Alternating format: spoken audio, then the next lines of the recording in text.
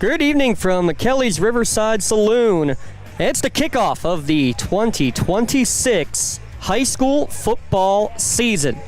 Here in Lawrence County SportsNet, powered by LCAP, it's Coaches Night Out. A lot of former coaches, athletic directors, officials, lots of great members of the sports community in the area and around the state and around the country here tonight for the festivities. And we're glad to join you here as well. All this in benefit of the Mark Shaw's Scholarship Foundation. Couple of quick thanks we got to give before we get things underway. Big thanks to John Kelly here at Kelly's for allowing this to happen. Absolutely awesome stuff. Going to have about 70 or 80 retired and current coaches, athletic directors, administrators, and Johnny Lees. He gets his own category as he makes his way into the house. Big thanks to him, Ed and John Yerich, helping set this up with Jack Fulham. Big thanks to them and everybody for tuning in at lcsportsnet.com. Let's bring in Mr. Eric Thomas and Mr. Lee Moan. Gentlemen, thanks for joining us. Eric, I can't believe you've been out and about for the last couple of weeks getting ready for the start of the season. Yeah, it just seems like a couple weeks ago we were in State College for state baseball and softball, and you blink and here it is. It's hard to believe that we're 2 weeks away. And your game just got done, the baseball game, by the way. Yeah, the 5A game, yes it did. Actually, I came right from State College to here. Yeah. I got a plane, a private jet that got me over here. It was great. Thanks a lot. Oh, my goodness. Well, that's it. Good night, everybody. You can't get much better. Tip your waitresses. Yes, please. We're going to have a lot of fun here. Big thanks, Matt Flannery, helping to produce as well. And getting everything set up for us here. We're going to be on the air from 7 until 9 o'clock tonight. We're going to spend the next hour getting things situated for you. This is our first of our preseason shows here. We'll have another show maybe next Wednesday for sure, though, coming the week one. No week 0 anymore, week 1 of the season. So we will be thankful for that. But hey, we have a lot of county talk we're going to go, but first let's just talk in general across the WPIAL. Eric, again, you've gotten to see a lot of the teams, especially up north here so far. Just talk about some of the main storylines that we're going to be looking at this year on the gridiron. Yeah, a lot of it's non-conference games. I think that they're pretty much the highlight of it. A lot of coaches are not thrilled with some of the realignment. I know that some of the schedules are a lot different than we thought they would be. I mean, you look at something like the Parkway Conference with Newcastle and Montour. I mean, there's only 4 other teams that conference teams will play in that division. So all the non-conference games, Newcastle's got games against Avonworth, North Hills, Woodland Hills to kick things off. I mean, they're going to run the gauntlet. Aliquippa's now a non-conference game for them. They're going to keep that rivalry alive. We'll talk about that game in a little bit because there might be some news with that. But it's a lot of it has been, a lot of the chatter from these coaches has been about non-conference schedules and how they're not entirely thrilled with some of the realignment things that they've had to go through, and it is what it is. A lot of teams are going to be very well tested before they get to their section play. Yeah, with realignment, Lee, obviously everything's going to be a little bit different overall. I mean, there's some conferences, including Newcastle's, you only play 4 conference games, so the first 2/3 of the season, I don't want to say are pointless, but they're pointless. Pretty much pointless, but the good thing is if you get the kids injured or anything, you get time to rest them. You can throw in a freshman here and there, say, hey, see what they can do. But it's going to be interesting. But hey, every 2 years you go through a realignment, and this is the way they chose to go. And no matter what they do, it's going to be wrong. Yeah. You know that. So this is the way they chose to go for 2 years, and let's see how it works out. Let's before we talk about, we'll work our way down. Talk quickly about 6A and 5A, as we don't have any teams in our Lawrence County area about it. But first, I want to give another shout out here to Kelly's Riverside Saloon. Absolutely beautiful venue here, very outdoor, really scenic, really cool. Kind of like a Secrets, or what's the place? Matt told me. Secrets, Ocean City. Yeah, like in Ocean City. There's a place. Paradise, I think it's called, down across from the RMU ice hockey arena.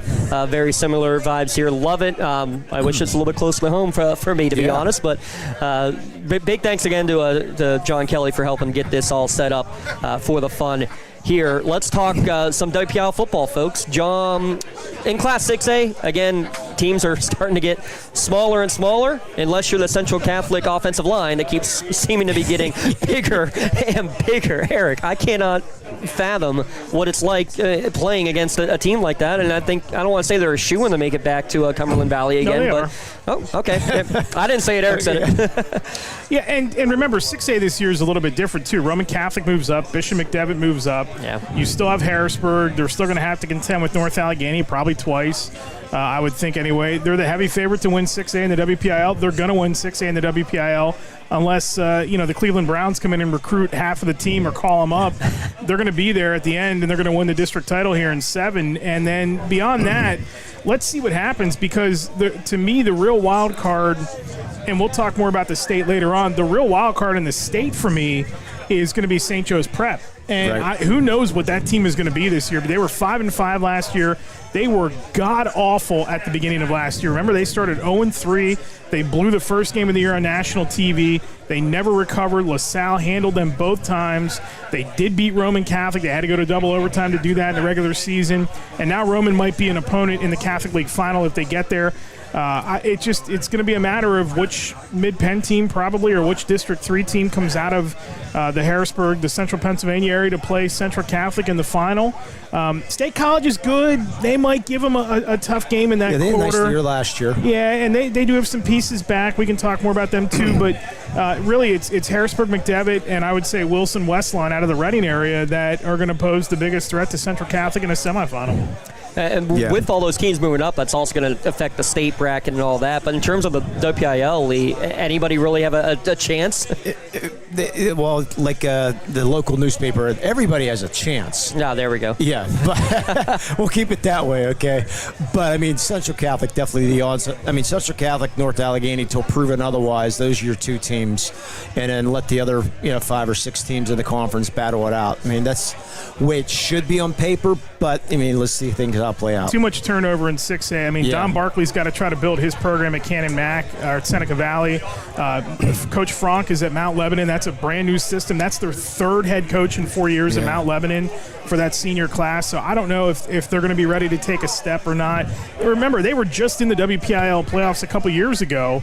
They got in there, I think, as the 4th seed and lost to North Allegheny at North Allegheny. It wasn't close game. It was a pretty close game, and Greg Perry ends up leaving, so they had to get a new replacement for him, and just too much turnover. I mean, the Central Catholic team is loaded. They have a better offensive line than most of the Division II schools and 3 schools that are around here. All 5 are going to go D1. 4 of them, I think, are already committed, or 3 of them are already committed to schools: Penn State, Ohio State, and Notre Dame. I mean, those are the 3 right there. And then the other 2 are already got major Division I offers. And by the way, their defense is really good, too. I mean, Roman Thompson's awesome. Owen Herrick is a good 2-way player. I mean, they have so much talent on that team. It's ridiculous. And they got one of the top quarterbacks in the WPIAL. So and Ryan Lehmeyer is a great coach. I think if there is a year that, much like Mount Lebanon did a couple years ago, you have the right team, the right tools, the right pieces. I think if there's a year that they can finally break through and beat this Catholic League streak, this has got to be the team, because I don't know what's coming after this. I mean, I'll throw out a sleeper, maybe Norwin. I mean, maybe make some noise, but other than that, I mean, it should be. It should be Central making it for sure out of the WPIAL. Let's talk more interesting. Let's talk real quick about Class 5A, because again, with realignment, you got some teams moving up, some teams moving down, and what's his name? What's the coach who's back doing things again? That's 4A. We'll get to him in a minute, but I mean, just there's so many high-powered teams. I mean, the typicals, your Pine Richlands, your Peters Townships, your Woodland Hills, as teams that are going to be teams to be reckoned with, I think, again this year, Eric. Yeah, and, Pine Richland, I'm fairly confident that they have the path to get there. Nobody has a better combo besides Ubi Strader and Khalil Taylor. So, I mean, they're definitely going to be the favorites. The only thing I'd worry about from Pine Richland's perspective, guys, is their defense. Jay Timmons gone. That's a big compliment for Khalil Taylor in the secondary. They do have Colton Andrighetti, who's back. He had a pretty good season last year defensively for him. And then you get TJ that moves up, and you get West Allegheny later on down the line. So Roman and McDevitt both move up to 6A. Imhotep moved down to 5A. So you get through all that, and you get through TJ and Upper St. Clair and all these other teams, and whoever might be in that 5A semifinal somewhere. And then you got Imhotep probably waiting for you in the state final. Isn't Bonner 5A also? Or Bonner 4A? But the Catholic League, to me anyway, I think it just kind of drops off. Yeah, it drops off after the top I'm still going to keep St. Joe's Prep in the top 3 there, but like after Roman, after St. Joe's Prep, I don't think LaSalle is going to be anything to write home about this year. They lost way too much talent. Right. And then you kind of jostle for position, like who's the next best team? Maybe it is Bonner, maybe Archbishop Wood finally turns a corner.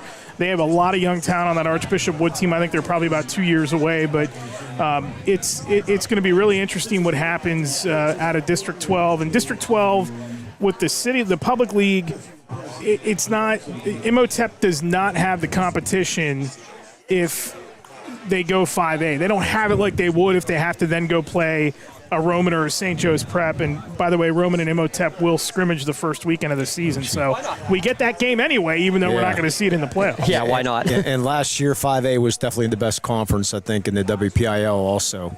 Yes, so, I mean, crapshoot for sure. Yeah, we'll have fun with that one. That's one of the 4 games that's going to be one of the 4 games will be played at Acrisure on that weekend for the championship. We'll see how that plays out, though. Again, I think it will probably be the most competitive top to bottom. One of the other games is going to be played a week early because it's a small classification and small conferences in Class 4A. Not really happy about that, to be honest, how small these conferences are in the 4A classification at all, Eric. You're talking Woodland Hills and Newcastle? Yeah. You're talking in 4A? I'm just talking about 4A, about how small 4A, the classifications how small it is are. in general. Yeah, the realignment thing did not do a good enough job with it. I think if McKeesport doesn't win the WPIAL title, it's coming from the Parkway or maybe South Fayette takes a step. The Parkway teams, what's interesting to me about them is the fact that they play all these like thunderous teams in the non-conference and then they get to beat up on each other. So, I mean, you might see a section champ that's 500 at the end of the day. I mean, there may not be a lot of separation between those two teams. And, I don't know I don't know how I feel about the McKeesport situation. Something's funny about that situation that I think is going to linger for a lot of the season and kind of overhang that program. So they better win. I mean, if they want to get rid of all that, they got to win. Well, when you have the number one running back in the country, that sort of helps. Who, by the way, if you missed it, yes, is committed to Georgia. I would say a better than 40% chance that he ends up switching schools. Hopefully to no, it's not to the one that you and I root for. Okay. It's to the one that beat us last year early in the season that cost us the playoff spot. Okay. Not A&M either. Okay. No, we're not breaking any news like that on you. No, but there's a lot of rumor out there that Miami is really trying to get Come Spell to recommit. So we'll see. I don't know. I mean, he seems really locked in. I talked to him at the media day at Acrisure 2 weeks ago. I mean, he really seems locked into Georgia, but. Miami, man, they got a lot of resources right now. The President of the United States is a donor to Miami. How about that? Anybody know that? Did anybody know that? I might have heard that. He's got a grandchild that plays golf there. He helps fund the golf program there, so he's part of the NIL or part of the funding there. I mean, that's you get that guy and all the other people that Miami has that can get you the bag. I mean, I don't know that I'd say no to them right now. So you're saying we may see the president at a Friday night football game? Why? If that's what it takes to get him here. Listen, I mean, maybe what plane's he going to take? Okay, we don't. But anyway, yeah, it should be an interesting 4A though. Like you said, McKeesport should be the odds-on favorite in 4A. I'm not surprised though if Montour's very confident. I mean, they spoke like they are winning this whole thing a couple weeks ago. I'm not surprised if Montour or Newcastle push McKeesport, though. Yeah, I really wouldn't be. It's always a Lucero team is always fun to watch, and we've seen some ups and we've seen some downs with them. That's always a team that if I have to play Montour, I want to play them as early in the season as possible. And with the new way that they've done the conferences these last 4 years, where the early games are the non-conference and don't matter towards getting into the playoffs, like my goodness gracious, that's something I need to really be paying attention to, because you got 5 games essentially to get through figure out what you need to figure out. I don't know if you can beat a well-coached Montour team, especially if they're as good as they sound like they're going to be this year, Eric. Yeah, they got a really good Brandon Bennett was great last year. They've got a couple of really good players that are back that are going to help them. Archie Collins is going to be a sophomore. He was a really talented player last year. 9 on offense, 7 on defense. Bennett's got his top 2 receivers back. Their 2 best linemen are back. Big line. And they've got backup help for him too, and Dalton Young, if they need it, he can play the backup role at quarterback if they need him to. And they're kind of primed to win. Those 2 linemen spoke at the media day a couple weeks ago, and they flat out said, "We have been thinking about that Newcastle playoff loss every day since it happened." Yeah. That's a lot of pressure to put on yourself, but at the same time, with the team they have coming back, I mean, it's not asking a lot for them to go and just rip through that section. I think it's going to be an absolute battle when those 2 teams meet midway through. Yeah, I mean, you got the top 2 sophomores from the WPIAL and the entire WPIAL that are in that conference between Archie Collins and then Marino Graham. How much fun is it going to be to watch him? I mean, he was about as close as you can get to a 1,000 quarterback as a freshman. Yes, other than what Matt Sig did doing it as a freshman, that's about as close as you can get. And now we get to see a whole another year of progression there. If Marino can get the protection, get that offense going, that's the key. Is cut those turnovers, get the protection, do what he does. I mean, they're a very dangerous team. Their line is good. Yeah. Their line is going to be really good. So I think it's going to be there. Yeah. Their biggest issue, and this is, I mean, they got to find somebody to replace Chase Lemon receiver-wise. Marquise Wise and Cox are a good one too, but you need kind of like that third guy. Yeah, that third guy to just kind of do like some dirty work for you and be your kind of gimmick guy. I want to know, too, how their running backs go because Jermaine Walker and Maurice Moore have not been asked to do a whole lot. Now they may need to do that this year. Obviously, keeping Marino Graham healthy is key. They say he's stronger. They say he's faster. They say he balled out at Penn State in the 7-on-7 camp and also at Slippery Rock, too. So I think they're poised to have a big year. Now, I said something to you a couple weeks ago. I think it's very possible that they have a better team this year, but not as good of a record because of what their non-conference is. So they may still be a better team, but the record might not show that. And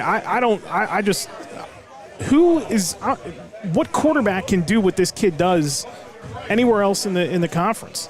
He was better than Matt Sieg last year. I'm sorry. I mean, apologies to Matt Sieg. He was better than Matt Sieg last year. Yeah, and I would agree with that. And you just see a kid who keeps getting better and better and better with it. And oh, by the way, you also have Jordan Kelly, who's probably going to step in as a tight end, kind of filling where Quaylon Davis left off from a year ago. You got Monte Booker, who will probably flex in. Not sure if he'll play the Chase Lemon role or what that will be. Swayze Reichert coming in from Union as well on the offensive line, and a transfer coming in, family returning back from Mississippi, who is a good athlete, who was their quarterback at his school down there. So you got a lot of fresh faces coming in to replace some that they have lost in the Canes country as well. I mean, I think, Coach Mazzocco always has high expectations for his team, but I think you're exactly right. This could be a better team with a worse record. That's probably the best way to put it. Yeah, I mean, 9-3. So when we say a worse record, what would be a worse record? 7 maybe 6-4 or something through 10 games. Like maybe they just won't be. I don't think anybody's going to go undefeated in their section. No. They're not because Montour and Newcastle cancel each other out. But I don't even think the winner of that game is still going to go undefeated in the section. Somebody's going to clip them along the way. This section is just these teams are just going to be too tested when it all comes down to it that they're going to end up. It's going to end up being a tie or whatever. We're going to have the craziness like we did last year. Couple of the non-conference games just to put this in perspective for Newcastle. At Woodland Hills on Saturday to wrap up the kickoff of the Wolverina. By the way, we will have coverage of that game on Lawrence County SportsNet for that KDKA Classic there at the Wolverina. Then at Propel. Who's Propel? Propel Braddock Hills. Oh, yeah, it's Amani Christian. Literally the exact same team, just under a different branding with their co-op. Gabe Jenkins, Colorado recruit. They're pretty good. Yeah. Coach Lori Johnson knows what they're doing. North Catholic in a non-section game. At Avonworth, I mean, what have they done? They just made it to the States the last couple of years with a gold medal. Number 1 in the state right now. Yeah, they got almost everybody back from their offense. And then this team called Aliquippa. I don't know. Are they any good? Yeah. Oh, yeah. Aliquippa in a non-conference game as well. And we'll get back to that Aliquippa game in a moment. That's before you start their 4 non-section of Blackhawk, Montour, Mars, and Central Valley. And they finish with a 6A team against Seneca Valley. So, yeah, good luck with that challenging schedule. The only team that may have a more crazy schedule top to bottom is our county team in 3A this year, Elwood City. Barely made it into 3A, and my goodness, unfortunately, they're going to pay the price when their conference has Our Lady of the Sacred Heart as one of the more winnable games. At Ambridge, they got a lot of new players. Beaver, they got Javen Peel playing for them. Hopewell, maybe the best quarterback right now in the WPIAL as a senior in Mr. Armstrong. And then Aliquippa there as well. Not to mention they also have Avonworth and Blackhawk on their schedule. Elwood City, a lot of new bodies, a lot of new faces, including a first-time head coach for Sean McConaughey. There's going to be a lot of question marks, obviously, to fulfill, but the big game that they're going to care most about is the one they got to play right away, traveling to the long 3 miles down the road to face Riverside. That's going to be a rough opener because that Riverside team, I think, potentially can sneak up on teams. Their line's good. Aiden Gatos, the quarterback. They got Mason Holler back in the backfield. They're going to be a tough team. That's going to be a rough game for Elwood City right out of the gate. The other problem that Elwood City's going to have, and I don't mean any disrespect to Sean McConaughey who comes in there, if you gave Dan Bradley this team, do I think he'd get blood from a stone? Yes. I don't know that a new guy trying to kind of feel his way through it is going to be ready to do that just yet. So I wonder how much it's going to be trying to mold the program into what he wants and just kind of like situationally, here's what we do, here's how we run things, here's how we're going to order things, like put things in order going forward. This might just kind of be a mulligan year for them and see where they're at coming back next year. The one good thing about it, though, is that he works in the building. He's been a teacher there for 25 years, coached the youth program back, know the kids. I mean, that always, to me, is a big help, Lee. Yeah, and it's going to be a definite challenge for sure. But yeah, new coach trying to put your new system, put the stamp on your program, and then with that schedule, good luck. It's going to be a challenge for sure. Yeah, and they lost a lot. Yeah, they lost a lot in the last couple of years. Obviously, a lot of offensive talent. The Smileys the last 2 years, the two leading receivers all time. Tyler Amicone is the top returning receiver. He's probably moving to the quarterback position. There's going to be a lot of moving parts of that. They'll have to figure some things out. You got Colton Gullo, though, a big part of that. Guys in the trenches, that will be a big part to look at, though, as well. Overall, real quick, a front runner across Class 3A in your minds that you guys have seen or thought about. I mean, Knox, a team that I think is kind of flying under the radar as a possibility. There's no clear front runner to me, I guess, at this point is the main point I'm trying to get across. I don't know who I would pick as my top. I always throw Quip out there. Yeah, just automatic. Come on, I want to see you go for a different answer. If you want the field, take it. I'm going Alex Quippa. Fair enough. And, yeah, that is crazy that I want to see how many people at home are paying attention because, they're back down in Class 3A. New quarterback, but they still, I'm telling you, this is Akiva Woods kid, man. He tore through Newcastle last year in that playoff game. He might end up being one of the fastest in the WPIAL. Miles Green's a really good lineman, too. They got a lot of talent that's still there. And they got what I think, and all due respect to the other guys that we encounter, the best coach in the WPIAL. I mean, Mike Warfield, nobody coaches his team up and gets them to believe in what they're doing than Mike Warfield, and having him as a major asset for that team, especially in a year like this where people are going to say, they lost this guy, they lost that guy. Okay. Talk to me at the end of the year then. Yeah, you'll see him back in the semis. It's been a little more talk here on Class 2A and 1A where we have a few more local teams. Mohawk and Neshannock are two county teams in Class 2A and both having to deal with a pretty significant issue of having to replace a lot on their offense, including a multi-year starter at quarterback. Obviously, Mohawk losing Bobby Fadden, records galore there for the Warriors. Neshannock, Gino Mazzocco, a 3-year starter, good chunk of their line. They had 16 seniors on their team a year ago. The big difference to me, Mohawk gets a couple people back, including one who missed most of last year in Cash Stratton. Neshannock's going to bring in 16 freshmen, and a lot of them are going to have to play pretty quickly on this team. But Mohawk has more back than you think of, especially when you remember that you got now 2 Strattons that'll probably be suiting up in the backfield. Yeah, and they're names that, maybe we're not just thinking that we know them, but we do. You look at who they're going to bring back, like Corey Fennell. Corey Fennell's played there for a couple of years. Jack Patterson started last year at corner. I mean, these aren't like quite household names yet, like Fadden, Rona, whatever. This is also going to be a good test for Tim McCutcheon because, like he told me earlier last week, he said, we've had the luxury really for the last 9 years of having a guy who is stamped at quarterback, and he goes, if you ask me tomorrow who my starting quarterback is, he goes, I have no idea. So they don't know what's going to happen with that quarterback race. Both Strattons being back, I think, is big because Lucas played really well last year for them too. Yeah. And defensively, their lines, they've always had good linebacking core, so that's going to have to figure itself out. I think their secondary is going to be good, and I think their line is going to end up being pretty good. The problem that these young teams are going to have in this conference, I shouldn't say young, but like untested teams are going to have in this conference, is the two teams that they're looking up at, Western Beaver and Beaver Falls, are loaded. Yeah. They're both loaded. Beaver Falls, all freshmen and sophomore the last couple of years. 0-10 after Nick Nardone left. I mean, he basically dragged every crumb out of the cupboard when he left there.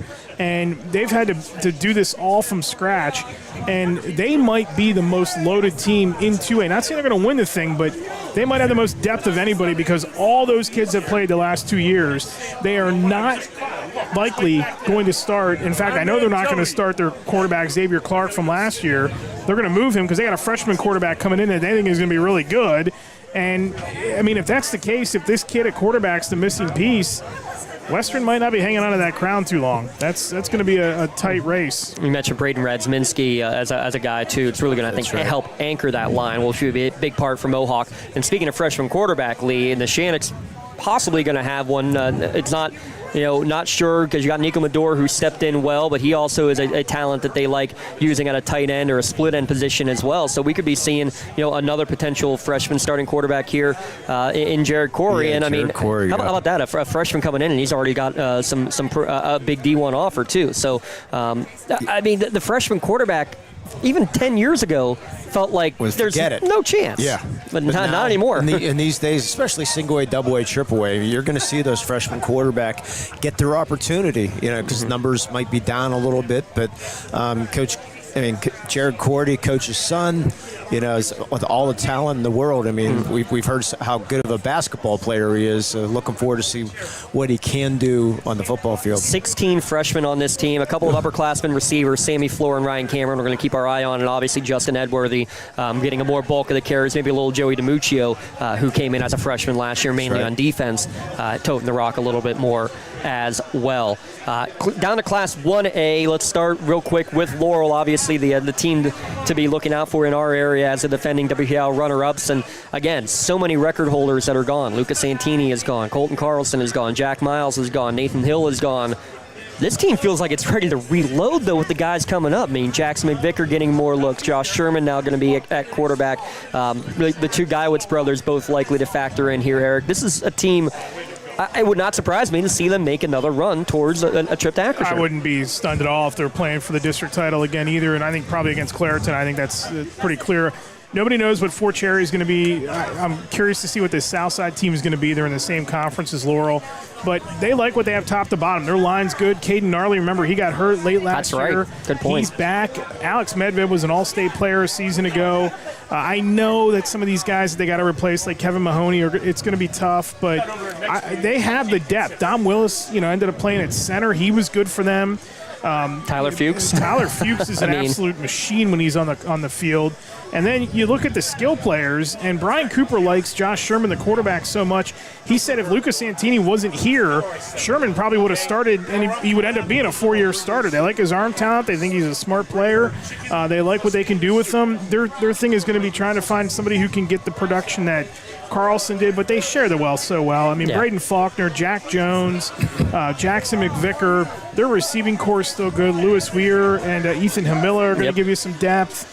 They have so many pieces back. I think this is the perfect year for them to kind of, last year, and that was a great team, and they made a great run. And I think they're poised to probably get back there and try to win that thing again. Yeah, I don't think their offense can be what it was last year, but hang your hat on the defense. I mean, Medved 11 sacks, Fuchs 9 sacks. They're both back. And you still have your same coach. I love Coach Cooper. What he gets so much out of his team. And we saw the practice that they had, the preseason practice when we went out and interviewed them before the season last year. Just love what he does up there. And by the way, there's another Sieg at Fort Cherry, by the way. So keep your eye on that. Yeah, so I believe he is a freshman this year. Is that the Satme kid that was on social media? Yeah, I think so. Possibly. I don't know that. But anyway, there is another Sieg, and they say he's supposed to be better than the original Sieg. Okay. So we will see. We'll find out because Laurel and Fort Cherry play each other, I think, week 3 or 4. Week 3, Week 3. We will be at that one there for sure. Talk about a couple teams in Class 1A with some new coaches in the WPIAL. Shenango and Union both with new coaches this year. Shenango taking Coach Casey Hilton. He was the defensive coordinator the last 4 or 5 years up from Wilmington. And Union with Coach Nidbala. Congratulations to his wife getting a big job out east there. The whole family's moving out there. Oh, wow. And so Coach Dave Comiso will be taking over for the season for Union. Let's start with the Cats, though, real quick. The numbers game is always an issue in Class 1A. It might not be an issue this year, Eric. No, it might cow. not be. They got 40 guys that showed up for Heat Week on Monday, so that's a pretty good number for them. Wow, it's a great number last for year. single A. I don't think last year they had 30. No, it was 26 maybe. They're in the mid-20s. Last couple years they've been in the mid-20s. Then they had injuries. Yeah, and that's the problem. You can't lose one player when you have 25 guys on a roster, but they got a lot of talent coming back. I know they're going to switch their quarterback. Nico DeSalvo is going to be the starter, and Caleb McConnell still on the team. He's going to play wide receiver this year. So I think they're looking more for they want to be physical. I think they want to try to control the line of scrimmage. I think they want to control the tempo of the game. I don't think they want to try to get in shootouts with teams. Last year we saw them, I think, the week that they played Neshannock, and I said something to Coach Hilton about that earlier this week. I said, that game, it's like they return the opening kickoff. Jason Williams returns the opening kickoff. Then everything just starts going south, and the team was just kind of like deflated. And he said that's exactly what we're trying to get away from. And he's got the pedigree to build that. I mean, he's coached in 3 state title games. He played under Terry Varelli. I mean, he has the pedigree that program I think needs. And he said it is a day-to-day process. We are going through the building every single day, trying to pluck kids to try to get them to come out. So if the interest is there, JV is going to run the same offense. Junior high is going to run the same offense. Youth is going to run the same offense. You have to build that continuity up there. And I think he realizes that coming from a winning program in Wilmington, and that's the exact right guy that they need for that job. And being defensive coordinator up at Wilmington, I think that's a big part, too, is getting the defense first. And I'll be interested to see what they do with Caleb McConnell, because he is one freak athlete. He can do a lot of different things. You mentioned he might not be quarterbacking now, but we'll see if they maybe split duties with him this year. Could be, or just find different ways to get him the ball, because, plus he's a pretty good leg, too. Yeah, throw in Jason Williams as another athlete who I think is going to just find ways to get kids like him the football any chance you can get.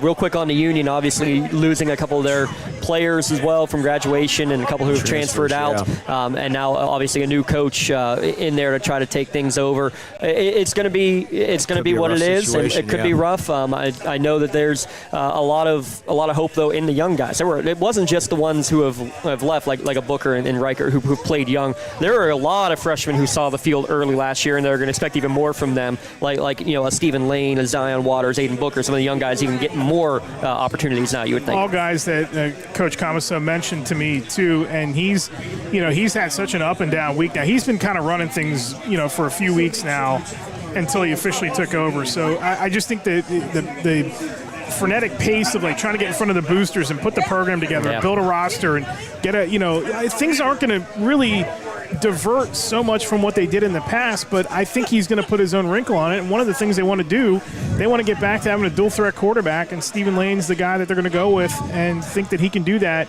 My concern for them would be their line, because like always, their line was not good last year, and these guys that are back, like Isaac Cachado and some Colton Cox, they're a year older, so that's a good thing. They do have some skill. It sounds like Zion Waters, I think, is a great athlete. We've seen him on the basketball court. Yeah. And Gianni Million is another. He's a tough, just hard-nosed kid, loves to hit people, loves to run the ball.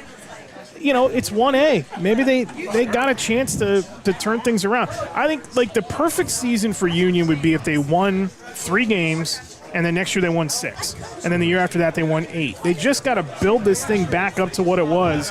And, I mean, it's going to be tough because Union gets Laurel again, in a section game.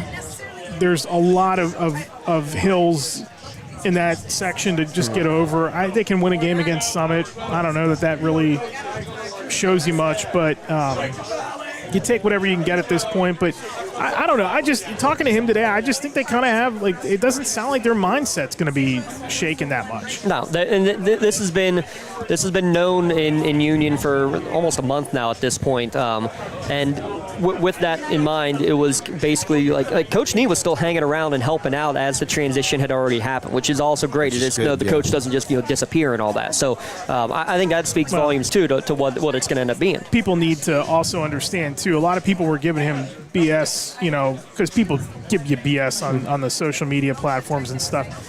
What is the guy supposed to do? His wife gets a job. People have to understand there's school board meetings, there's contracts, there's all this stuff that has to be ironed out. And you can't just pick up and leave right when the school year ends and go somewhere. That's a perfect situation if you can do it. But this took some time to develop. And these people that were giving him a hard time, shut up. Just let the man's wife go get a job. Let him be successful. Thank him for what he did at the program and get behind the new guy, and that's it. Yeah, and, I mean, not to mention, obviously he's going to find a job out that way no matter what. He'll be coaching. He'll be in some capacity, no doubt about it. And I know they got family, kids going to school out there and stuff too. So, big again, hats off to what he's done the last 4 years at Union. And Coach Comiso was his D coordinator the last 4 years. Now just steps up, and he is also going to be the acting AD for the year as well. Already lost his voice too. Well, he learned that from Kim, obviously. He was like, I can't talk. I already lost my voice. It's been 2 days. We're in big trouble then there for Union.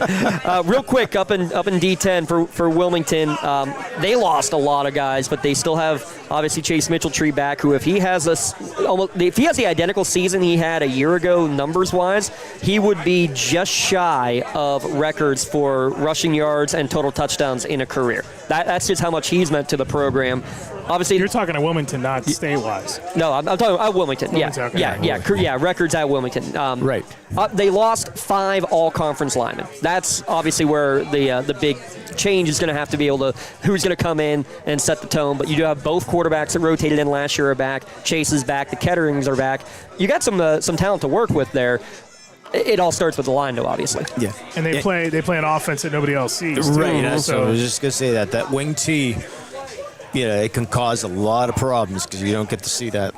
And it's easy to play. It's not easy from a schematic standpoint, in the blocking and all that. But if you're going to build a team and get a young team to get cohesiveness early in the season, you want to play an offense like that. You don't want to play a run and shoot or anything. And you just need the quarterback that knows what they're doing. To be able to handle that situation. And like you said, you had the 2 quarterbacks there that can run that wing T. Yeah, Rowan Miller, Wesley Vascal, and again, defense is what they'll hang their head on first and foremost, and that's hammer. Yeah, the Hounds hammer with Coach Fillion as it was with Coach Varelli. Yeah, and that's going to be their main key. Stay healthy. Yeah, well, that's always the key for any of your teams. Starts with line play and staying healthy, to say the very least for them.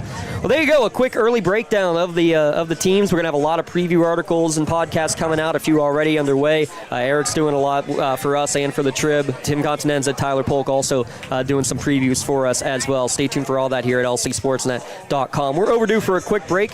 We'll come back. We'll do some more previews, take a look at some of the big games coming up, a couple of awards to give out, and then lots of conversations coming up over the next hour here at Coach's Night Out at Kelly's Riverside Saloon. Big thanks again, John Kelly and everybody here for helping set this up. Great night, a big fundraiser that we're going to put on here for the Chauncey Scholarship Fund.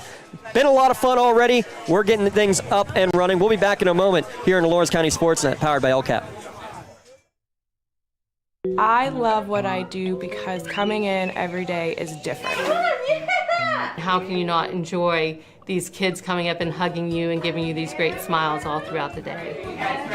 Seeing the progress that our kids make every single day is one of the reasons I love coming to school. What should we do? We have fun. LCAP Early Learning Centers is hiring. Help empower young minds in Lawrence County and become a superhero today. Apply at lcap.org. Wherever you're going, Axe can get you there. The bowling alley, beauty salon, and even the library. Axe can get you there safely. The grocery store, the pharmacy, and the bank. Axe can get you there comfortably. Going to work, visiting a friend, or just to relax at the park, Axe can get you there affordably. Axe is here to get you there safely, comfortably, and affordably. Choose Axe as your driving service and give us a call to schedule a ride.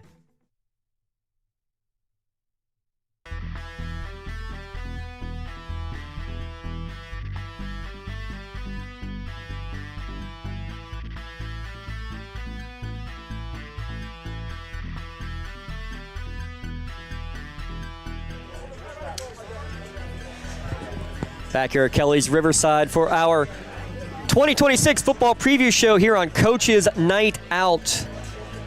Lots of faces here, lots of familiar faces. It's been a fun night here already, and we're going to have some more fun here in just a few minutes. Just saw Coach Blundo in the house. Coach Blundo is here. Autographs. Coach Mastriano. Johnny Lee, yeah, Mike Mastriani, right? Mastriani, yeah. Ex-WPIAL Commissioner and Mr. Tim O'Malley. Scott Seltzer here as well. And now it's Mr. Sarandria right there in front of you as well. In the house. That? Yeah, So, we got all kinds of great faces. we're going to hopefully get a chance to chat with a few of them here in the upcoming hour here as if you well. put Mr. Sarandria on, we'll need 2 hours. Well, you have fun. I will be getting food by that point for sure. We mentioned the coaching news coming out of Union with the resignation of Coach Needballa. Also this morning, more coaching news in the area. Coach Jackie Lash has resigned from her coaching duties at Neshannock softball. Grandma. Yeah, understandable. Yeah. I said it's very fitting. Her first year was her daughter's senior year, and now it's her daughter's child coming into the world that is enticed her to step away after 8 years and 144 wins and 18 losses. 3 state championships. Yeah, 18 losses in 8 years. Incredible. Insane. She was such a class act too. I mean, always gave us great time too. You know, anytime we needed to go ask her questions, she was right there. Very, very great to talk to, and she did a great job with that program. Yeah, big thanks to her, and hint, hint, wink, wink, we're stealing her for a broadcast, at least one of them this spring. We better. Yeah, she doesn't get a choice on that one. We told her the invite is always wide open. We need to make her do a Laurel game, though. I think can you I like it. Time out. we will do Laurel versus Neshannock for a game with her. If we can convince Coach Frank Duddy, if he's not assisting with the Laurel program at that game, we'll bring him on the mic too. Can you imagine those two chatting during a Laurel Neshannock game? That would be fun. That would be a lot of fun. I want unfiltered Jackie on a Laurel game, though. That's what I want. Oh my! That's what I want. Wait, hang on. Where's my button on here? We'd have to make sure we use this one. So that might have to be used a lot. Well, we could be like you too, that you broadcast the game with the child in your hand. We can have Jackie broadcast with the grandchild in her hand. Yeah, good thinking. Yeah, you did a game with one of your kids? Yes, I did. A baseball game. Yeah, there was a game that times got shifted because of weather. They moved the game up an hour. This past season? It wasn't this year. It was maybe 2 years ago now. But the I mean, you do a game with a kid every time you do one with me, but little Zeke at his end. Yeah. Zeke was under one. I was still keeping the book the whole time, Lee. I mean, come on. Plus tweeting. I let Tweety Bird take care of that. But anyways, we digress. We digress a little bit. Let's talk real quick, Eric. Give you a chance to use your PIAA rationale to talk about a little bit what we're going to have with the PIAA network here coming on this year that we're going to be a part of throughout the course of the season. Yeah, so we're back for a second year. We'll have all 6 football finals in December, all 12 basketball in March. Probably still going to do softball and baseball next spring, I hope anyway.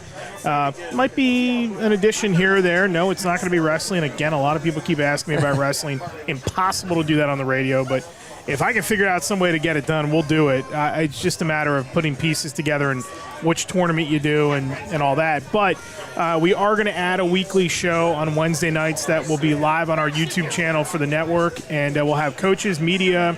Sometimes it could just be us spitballing, whatever the case, but we'll have it on every Wednesday night. It's going to be on, our local thing that we do is like 6 to 7, 7:30, somewhere in there. So probably around 8 o'clock, 8 to 9 every Wednesday night. Might be some remote locations too for that. We'll see what happens there. Yeah. And the first group of guests that we are hopeful to have on, that'll start the week of week 1. So we won't have like a lengthy preview show like we're doing tonight. for that. But the first week of the season, we're going to have a dual guest. We're going to have Rick Preet from Roman Catholic, and Eric Epler is going to give us a little insight on the state rankings. I like it. That'll be a lot of fun. So not not tonight, obviously, not next Wednesday, but the following Wednesday yep. is when we expect to have that. I need some time to go to the beach and relax and get around to golfing and. What's right over here? Well, what's nice about this? Where I'm going, there's no jellyfish in this. So that's true. Yeah, that is very true. A couple other notes I want to mention, just real quick. A couple other things with our county teams that we're going to be looking at. Well, of course, we'll have some volleyball coverage, some soccer coverage coming up as well. We just want to throw out a couple of names on the soccer field. A lot lost from the Shannock soccer. I mean, Zayden Herb, the all-time leading scorer in Lawrence County soccer history. We got guys like Gina Lombardo and Jordan Cosin are going to be back. Connor Lowe is a dual sport. He was a top cross-country runner as well. He'll be part of that team. You'll see Grayson Ponziani, just another great runner from Mohawk. He finished 8th in the WPIAL, so following in the Jackson Shadle and Scotty McConnell shoes right there. A couple of great in Marika Measel and Katie Pauline for Neshannock, and Adriana Campoli with Anna McKinley is two big swingers for Shenango that are going to be back. Giada Toscano is setting records for soccer in Wilmington. Hoping to catch them all. Just want to give a shout out to all those players. We're going to see plenty of them, and of course the Lawrence County Band Festival and hopefully the golf sectionals as well, as long as the weather and the dates all cooperate with that. Hope you guys got your schedules cleared. And I'm not talking about you, Lee. He's abandoning us for other gigs. Oh, well, no, you can. Well, you can always reach out. You know why he's abandoning? He shows up for the big events. That's what it is. Well, that's why he's here right now. He's a big timer. Well, you know why? He heard we were placing with somebody much better. The gentleman standing just off to your left, Gene Matsuk. Big thanks to him. That's true. There's some breaking news. True. Yeah, Gene Matsuk will be joining us for a lot of our football broadcasts here coming up this fall. So lots of fun new stuff. Hey, by the way, real quick, shout out to the PIAA for putting soccer at no FMB kidding, Stadium right? too. Yeah, that's a great venue. Love it. Great venue. And there's going to be some football games there this season too. There's a lot.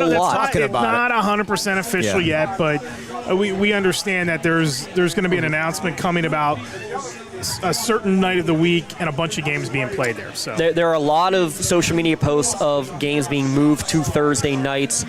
Newcastle against Aliquippa is one of them that's been moved to a Thursday night. Ambridge, Elwood City is now a Thursday night. Neshannock's non-section against North Catholic is now on a Thursday night. One on a Thursday afternoon, potentially, we're in talks about the Union Summit Academy game at the end of the year might be moved again to a Thursday or a Friday afternoon. So lots of changes. Stay tuned on the website. Shout out to our friends at the Newcastle News, because I know that their schedule is going to go out is going to end up looking wrong because all these changes are happening so last minute. Good luck keeping up, so we don't print retractions. That's why digital media is great. I can just go and edit it online for sure. We got to take one last quick break, and then we're going to have some special guests coming up here for the rest of our time here from Kelly's Riverside Saloon. We'll be back in a moment. Thanks, folks, so much for joining us here on the Lawrence County SportsNet, powered by LCAP. Coach's Night Out for our preseason special. Going, Axe can get you there. The bowling alley, beauty salon, and even the library. Axe can get you there safely. The grocery store, the pharmacy, and the bank. Axe can get you there comfortably. Going to work, visiting a friend, or just to relax at the park. Axe can get you there affordably. Axe is here to get you there safely, comfortably, and affordably. Choose Axe as your driving service and give us a call to schedule a ride.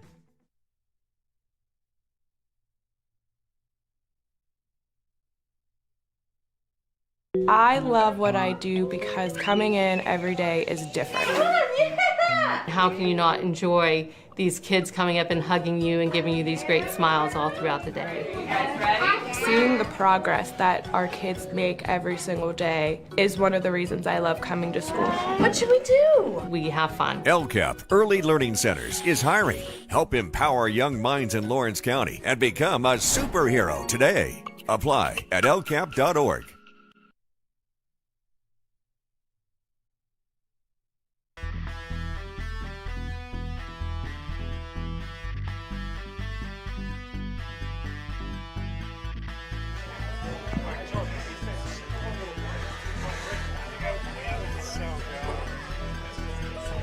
We're eyeing up the food here. It's past our dinner time. I thought wing night was tomorrow night. It's tonight right now. Tonight was Lee's nacho night. You should have seen that thing that he had out here earlier. Jeez. Nachos, he had some great mozzarella sticks. And, well, I love the menu here at Kelly's. Yeah, I'm coming back really any good, chance yeah. I can get, for sure. Great hospitality, great atmosphere, the outdoor setting to be able to enjoy this evening for Coach's Night Out. And again, you can see a few of the friendly faces there in the background being able to join us. We've got a couple of guests coming up here momentarily. While we have a minute and wait for our first guest to come up, I need a bold prediction for our football season here for this season. Just some bold prediction that you have there. Whoever wants to go first. Newcastle's going to win the 4A WPIAL title. Wow. I like it. It's bold because there are a lot of good teams just in the conference, nevertheless, all of 4A. But the Aliquippa hurdle being out of the way certainly helps that one. Lee, you've been thinking all night for a good one. You got one You yet? see the smoke coming out of those ears over there. That's. I will not mispronounce a name during a football broadcast till the second broadcast. Oh, man. But anyways. Who can I give him week 1? Is there a Peremski on one of these teams? Or your kid from Pine Richland. The name. Abhinav Krishnan, yes. Yeah, there you go. Yes, I still absolutely. No, there was that's a very bold prediction, and I'm going to take the under on that 10 for weeks? sure. 10 straight weeks? No, I just said it. Just get 1 week. Give me 1 week. 1 week, yeah. okay. 1 week. Do we get to designate the week? Like, can he pick the game and know the matchup, and then we designate that as the week that you're not going to do it? Oh, my goodness. Well, I was going to say he might get lucky if I just decide not to schedule him week 1 now, but that would be the easy way out for sure. No. Speaking of week 1, go ahead. I'm looking for the Shannock to do something. The Shannock at least section title or more. I like that. That's a bold one. I like that. I like that. I think my bold prediction would be. I like that with the Shannock. I don't know. Maybe it's bold, maybe it's not. But you kind of alluded to it. I think Laurel's got enough back that I think they make the run and that they are back at Acrisure again this year. Clareton's biggest concern again is going to be the quarterback position. And remember what they did last year, late in the season. They went more to a running game because they were trying to limit the turnovers and limit the issues that they were having with quarterback. Wayne Wade has said this from the jump that this was a 5-year window. It was like a 5-year deal. And once this crop is over, he thinks that that's going to be it. So I don't know. This is the last go until Murphy. Brandon Murphy's going to be a junior, so he's got 1 more year. He'll be a senior next year. So they're probably looking like at a 2-year window maybe. I don't know. Yeah. But I don't know. They're supremely talented, but can Laurel pull it off? And with that massive offensive line, Clareton lost a lot up front. So and that's the reason why I think they have the chance to do that is the fact that they have a good chunk of their line. Obviously, you lose a Mahoney and a Wilson. That's a couple of big losses in every sense of the word. I think Wilson hurts more defensively than he does on offense. Yeah, because he was great on offense, but he just ate up the space in the middle, right? He was such a problem defensively. And it all is going to depend on what the matchups are in the bracket, too, like how late they get them. Are they on opposite sides? Do they both win their section? Are they both undefeated? Can they avoid each other until a final? I think I think that actually, I don't know that that's necessarily a bold prediction. I think that's more of a safe one. I don't know who beats Laurel until they get to a potential final. All right, well, here's your next bold prediction then. Week 1. Not week 0. Week 0. Bye-bye. Get rid of it. No. Amen. No, I'm not going to pick Neshannock. I'm going to say that's going to be one of the best games of the year. It's Neshannock-Laurel. It ended the year last year, week 9. I think that could be one of the highlights of the year right off the bat yet again. That atmosphere is going to be crazy for that That'll matchup, be a fun game. too. And, I mean, the fact that was the end of the year last year, it starts the year this year. It's the first big weekend of the season. You're avoiding – it's not Labor Day weekend. Right. So the crowd's all going to be there. That's going to be a good one. It's going to be a lot of fun. I go Newcastle winning 4A because I think they're going to win 1, if not 2, of those non-conference games that a lot of people are pointing to. And I don't know that – I think they'll beat Woodland Hills in week 1. I don't know that they'll beat Aliquippa. I'm going to go ahead and say they beat Avonworth. All right. I think Avonworth has. They lost a decent amount. Yeah, I think they have some questions. They do have good stuff back, but no, I like that. Jones might play quarterback for him a little bit this year. That's good. He had a great state final last year. But I'm just gonna go ahead and say it. If we're going bold, chips to the center of the table. That's the team I think does it this year. How about here for a crazy stat? If Laurel beats Neshannock in week 1, you see your little factoids right now, your golden nugget of the night.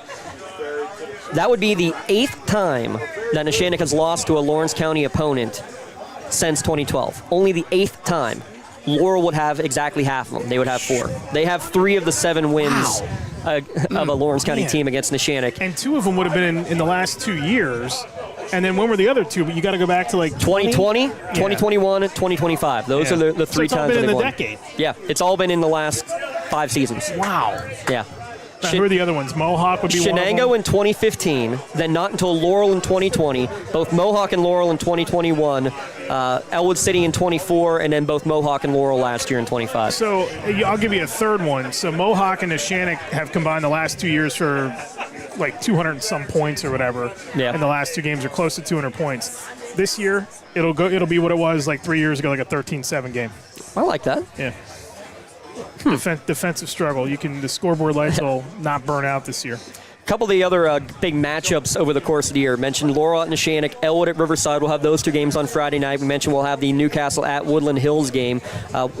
You alluded to the Laurel hosting Fort Cherry as the last non-section game. That is on September 11th, week 3, there at Spartan Stadium. Great. I mean, as much as I love to criticize the scheduling of the WPIAL, I like having that one. That's going to be awesome. That's an awesome one to have right there for sure. Fort Cherry travels well too. So, I mean, that's going to be a sellout crowd there. Oh yeah, that can't wait to be at that one for sure. Yeah. What are some of the other games that you're looking forward to? Whether it's county or obviously Newcastle Aliquippa is a big one that we'll be talking about. But what's some of the other games that you're really looking forward to matchup wise here this season? Well, I mean Newcastle Montour for sure because they were fantastic games last year. The second one anyway was fantastic. I would probably put Neshannock and Mohawk just because of what we said. Yeah. I would give, I'm gonna throw Casey Hilton a bone too. I'm gonna say Shenango and Laurel because I think Laurel, even if Shenango isn't in the section race, I think Laurel is going to have to win that game going into the final week of the season. And why not have those 2 teams play the last week of the season? Like that to me is like you got to have like your biggest rival. And maybe you say like Neshannock is their biggest rival now, but having those 2 teams play each other the final week of the season, I think is fantastic. We're going to get a special guest in here. A very special guest. Yeah, we are going to be joined by Gene Steratore from the NFL on CBS, legendary official. Sir? How are you, Pleasure my man? to meet you. Eric Thomas, Eric. nice to meet you. Lee Moan. Pleasure, Lee. Nice to meet you too, guys. So let's talk a little bit here. We know what you do now. I kind of want to get into some of the best games that you've been a part of. All right. And I want to start with one of them that's near and dear to my heart, and that'd be the Des Bryant catch. Okay. How near and dear, and for what reason? Because I wear cheese on my head, all right? Okay. That's why. Then I guess kidding. I don't have to move too far away from you then. You don't have to move too far away from me. Okay. You know. Let's actually talk about it. How much do you enjoy doing what you do now? I mean, you've been with CBS now for 8 years, believe it or not. Yeah, Mike Carey was there before you, I think. Mike right? was there for a couple of years, yeah. Then I think they went a couple of years without someone. Yeah. And then ironically after Super Bowl 52, which had its own share of what was a catch and what wasn't a catch in it, every network pretty much went out right after that, and they hired analysts, and I was fortunate. Now on a Sunday, you will go to the game site if it's the AFC Championship, right? And you'll go if CBS has the Super Bowl, which they did last year. 2 years we were in Vegas. Yes, okay. We were in Vegas 2 or 3. Their time's going fast, but and the one-off games, Thanksgiving, postseason games, I'll go on location with the crew. And then outside of that, on a regular Sunday, I've got a studio in New York City and a whole lot of television sets on one wall. So you have every game going on the wall. I have 3 angles of every game that's being played simultaneously, different angles naturally, right? And then I also have usually they're either active or just retired college officials that come in. We call them loggers. So someone is watching each individual game as well. So I usually keep myself wired to, if it's a 1 o'clock window, it's usually Iron Eagles game. And then naturally when something happens somewhere else, the room kind of morphs into that game. And a lot of screens change what's on those, you know. So you're watching, like, let's say, week 1, the big game you guys have is Green Bay, Minnesota, 4:25, right? So Jim Nantz calls something, there's a question about it, there's another 4:25 game going on. Right. You're probably concentrating on the big one anyway. Yes. I mean, yeah. So Yes. but you're going to be watching like everything. Yes. And then who notifies you? Like, does the truck notify you and Well, say, I have like, a hey, producer. we're coming to you? Okay. My producer works left of me. I have a video operator works right of me. Naturally, then you have all the other unbelievably talented people that handle the sound and the patching in. So basically, a challenge would happen, let's say, right? I'll move from that one wall that has 20 screens over to one that has 3 main screens. One screen is a shot of the referee in the replay booth. The other is live, what we're all seeing at home. And then the other screen would be what I'm going to start to manipulate to make some type of an assessment on. That happens really, really quick. And then, you've got rosters. We're in the TV business, so what players are involved? It's not hard to ask what announcers are in the 4:25 window. It's usually either Kevin Harlan or Jim.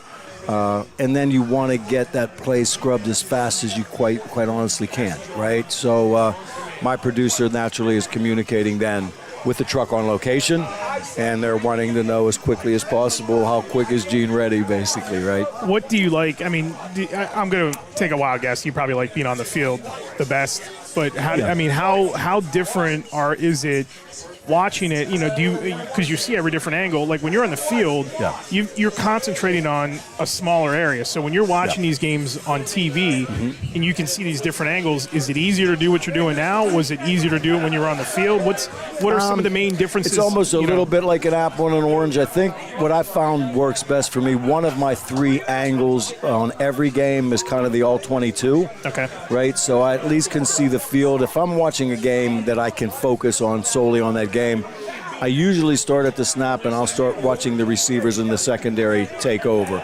You'll see activity there in the first second or two, and then naturally you'll pan back to the quarterback if it's pass. You'll have a couple people with extra eyes there too. So there's a little rhythmic dance that you go through kind of in those cycles. In the 1 o'clock window, there could be as many as 5 games happening at the same time. So you're trying to see as many snaps as you can. And I do bounce in and out to try to listen to our talent so that I can be as intimate as I can if I happen to come into that game.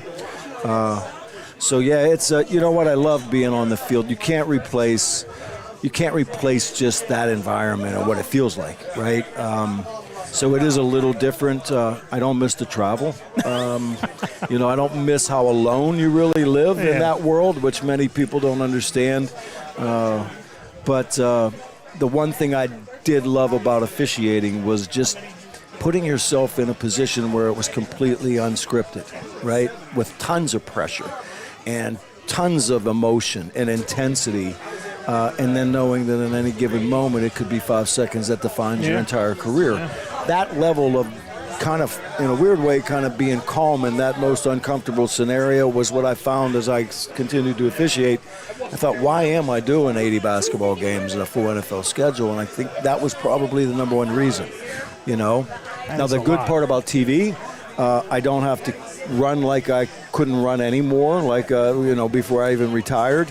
But you're still put into that same place mentally, right? Because on any given second, one of those 5 games is going to have that play, and your time is very limited. So that's been great because I've been able to transition kind of what was a really cool part about it. Did you go to the press event yesterday in New York? I just got back. I literally just landed before I drove here. We had Monday, Tuesday of our NFL CBS Media Day this week, and last week we were up there for the college football CBS. So, how much do you obviously, like, you'll talk to these guys when they come to you for a play, but I mean, how much do go over anything with like Jim Nance and J.J. Watt or Ian, and Ross is actually from my area. I grew up in Harrisburg. Yeah. Ross is from Reading. Yes. He and I have known each other for a while. He's a great dude. Really happy for him too. I am. They couldn't have asked. With Charles Davis moving over, they could not have put anybody better in that situation. And he'll eat it up. He's going to eat it up. But how much like continuity do you have with the broadcast crews? Like, do you go into like pregame meetings with them, like just them, and like go over everything? Yeah, definitely. I mean, with Jim's crew and Jim Rickoff's the producer of that group. Anytime I'm on location, naturally you're part of that whole process. Play-by-play guys, I don't really collaborate a bunch with in between, but the color analysts, I'm always sharing the officiating perspective of the week. If I'm seeing things or reading things or watching things on training tapes that I think are leaning to a certain tendency or trend, I'm quite honestly, I think a lot of what I do, at least half of what I do, I hope, which is beneficial, is the communication as a resource off air. Right? We may go to a commercial, and I can squeeze in to talk to the talent for 10 or 15 seconds between all the other stuff they've got going on. Those guys are they're phenomenal. They're really great, what they do, and it's great also as an official to be able to pick JJ's brain, right, or Trent Green's brain, and those guys as well. So it's a really cool thing. Which do you enjoy more? Did you enjoy doing NCAA, or you enjoy basketball or NFL? I loved college basketball because I just love the arenas. You never did a Final Four, though, right? I did not do a Final Four, no. Worked a few Sweet 16s and was always fortunate enough to go to whatever conference I was the primary in that year or getting their games first to go to their postseason tournament, which I felt was extremely important because that was your conference, right, and your teams and your commissioner and supervisor. So a lot of great years there. And there's something about college athletics, right? The bands are still there. The whole student section field is great. But then there's really something about the NFL and the production of a show like an NFL show that's hard to replicate. So what's like a Monday like for you? Do you sit down and do like any kind of film breakdown? Do you talk to other officials? Are you educating during the week? I know you do stuff with the college officials and the seminars and everything, but from an NFL perspective, are you sitting down and breaking down games or anything like that on a Monday or Tuesday or anything like that? No, I don't get into a lot of that breakdown. I am the NFL trainer right now, so I train the younger referees in the NFL, but I don't want to go into breaking just plays and specifics like that with them. They get enough of that in their evaluations, which are very detailed every week. My main focus, especially for the younger generation that's coming up now, is just how much different the NFL game is and how it's played on TV and how you're intertwining with television and the production of the show and the game, along with managing a different kind of field, and a different kind of player. So a lot of it is focused really on that and keeping that thing going, you know what I mean? So I really, really enjoyed doing that. I was fortunate. I had Jerry Markbright and Red Cashin, two legendary referees that were our trainers when I got in the NFL, and just to be able to feel like you're kind of in a little bit of that spot. I'll never be Jerry Markbright or Red Cashin, but I talk to Jerry now.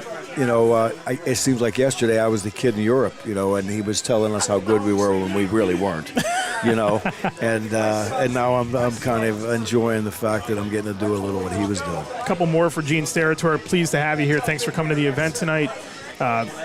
It's an honor to talk to you. I mean, I've watched you for years do it. I got to ask you, do you have like a top 3-4 games? It could be basketball, it could be NFL. Yeah, I mean, a Super Bowl is going to kind of be aside from everything else. Yeah, but Super Bowls were great.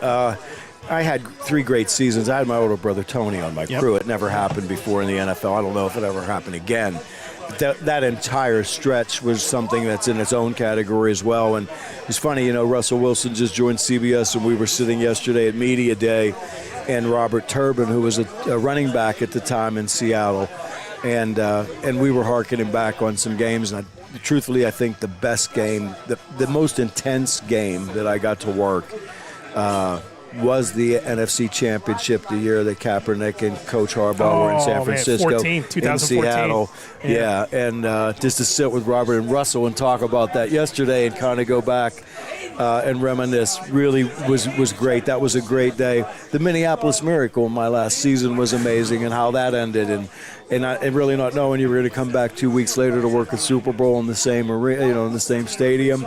So there's just a Monday night football game in Pittsburgh here with the Ravens, with my brother Tony, when Rashard Mendenhall hurt his shoulder on the second play of the game, and you had Ray and Suggs and Ed Reed and Hines were going at each other every single play, and the intensity of that game, it went to overtime. I missed the coin when I went to flip it. My thumb missed it. It didn't go head over tail. It flinged like a pizza and landed on the ground. I left my ref hat on the bed the day before, and Coach Tomlin knew it and told me about it on the field right after overtime. God. So there's a lot of great memories. You can look back. And then, quite honestly, tonight, just being here with 5 or 6 of the guys that mentored me. Eddie mentored me. Bruce Bolivar's here. Tony Court and I got to work hundreds of games. George Preisendorfer mentored me. When you go back and look at those guys and think, they looked at a little kid. I was a kid. And were giving me the foundation on maybe what it would take to work, college sports, regardless of the level. Those college coaches do it for a living. And to now look back and think, I really was lucky to have the mentors that we had. We're all lucky because of where we all lived and were raised, right? And I think in my case, it's especially lucky. You have a time frame on how much longer you want to do it? I mean, is it going to be, are you talking, you could do this 10, 20 more years, who knows? I don't know about that. It might be a stretch of 20. I'll have to talk to the wife about it. I think there's a little dance between time and one more contract here, yeah, we'll see. But you know what? I really haven't put any timetables on anything like that in my life right now. I'm healthy, thank God. My children are doing so great. I'm a granddad, and everybody's doing really well. I really love what I do, and so long as they'll have me at this point, I'm more than willing to continue. Do not go anywhere. Please do not go anywhere. You've been a pleasure to listen to, and thanks for taking some time here tonight. Gene Steratore, really appreciate you coming on. And we'll get James back over here, and it looks like we'll probably take a quick time out. Thank you so much. I love what I do because coming in every day is different. How can you not enjoy these kids coming up and hugging you and giving you these great smiles all throughout the day? Seeing the progress that our kids make every single day is one of the reasons I love coming to school. What should we do? We have fun. LCAP Early Learning Centers is hiring. Help empower young minds in Lawrence County and become a superhero today. Apply at lcap.org.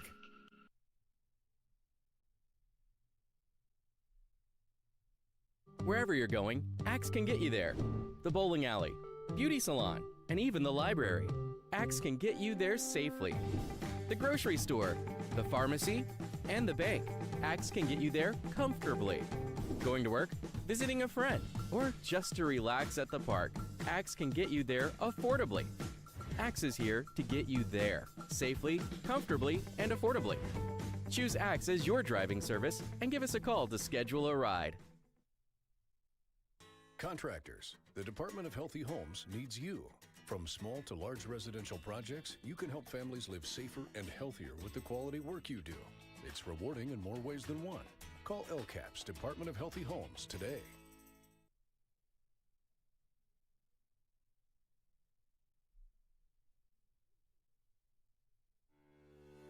For 20 years, Melee Chiropractic has treated athletes of all ages to help them get safely back to the top of their game. Melee Chiropractic has 3 full-time doctors in their office, and all 3 are former area athletes who have had to battle injuries throughout their careers. They want to help you get safely back on your feet. But more importantly, help stop the injuries before they happen. Prehab before you rehab. Attention all high school student athletes. During your sports season, a $30 visit to the Melee Chiropractic office includes an adjustment and/or all therapy is necessary. From the athletes of tomorrow to the weekend warriors and everything in between. Let Melee Chiropractic keep you in the game.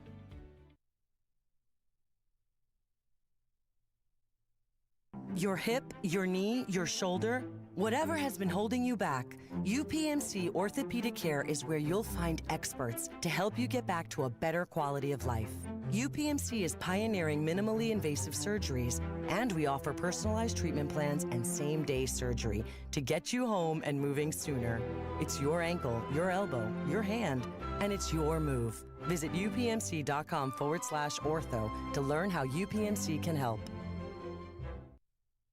Contractors, the Department of Healthy Homes needs you. From small to large residential projects, you can help families live safer and healthier with the quality work you do. It's rewarding in more ways than one. Call LCAP's Department of Healthy Homes today.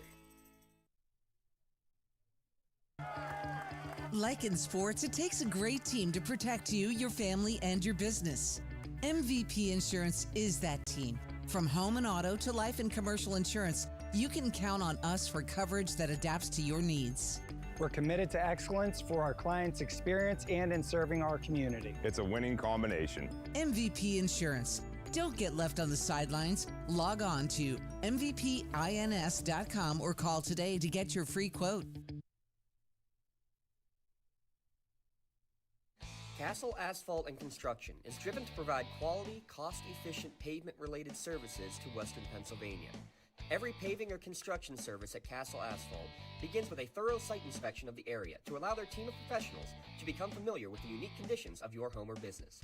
Once the site inspection is complete, Castle Asphalt provides you with a detailed plan of the design, cost, materials, and time of completion, so you know exactly what to expect during your construction. Visit castleasphalt.com to request a quote for your next project and make your dream design come to fruition. When the high school season heats up, make sure you have the best gear to support your school. Head to the Red Zone on Wilmington Road in the Shannock for all your county sporting apparel needs.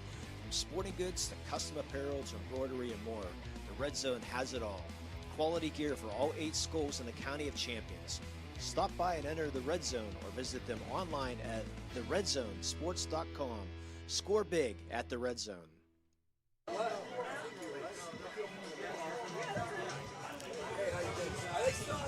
Back here for the fun at Riverside Saloon. I'm going to have to swing back around to the back of the table here. Eric Thomas, Lee Moan alongside. Big thanks, Gene Steratore, coming and chatting with us. Going to a couple more conversations here coming up in a bit. Eric, you didn't criticize him too much about Green Bay calls in the past, now, did you? No, there's no need to. Gene Steratore is one of the best that there ever has been. I remember actually watching the game in which he replaced Bernie Kukar on the field, and it was sort of like mid-game, like third quarter or somewhere around there. And he's had such a legendary career, and he's been a part of so many big games. And it's funny because you don't really a lot of times – you don't notice the officials in college basketball like you do the NFL because they don't stand usually out in front of everybody and announce a play or whatever. But there'd be a couple times you're watching a game on CBS or somewhere and you notice, hey, that's Gene Steratore. He's the NFL guy. What's he doing on a basketball court? He's been fantastic his whole career.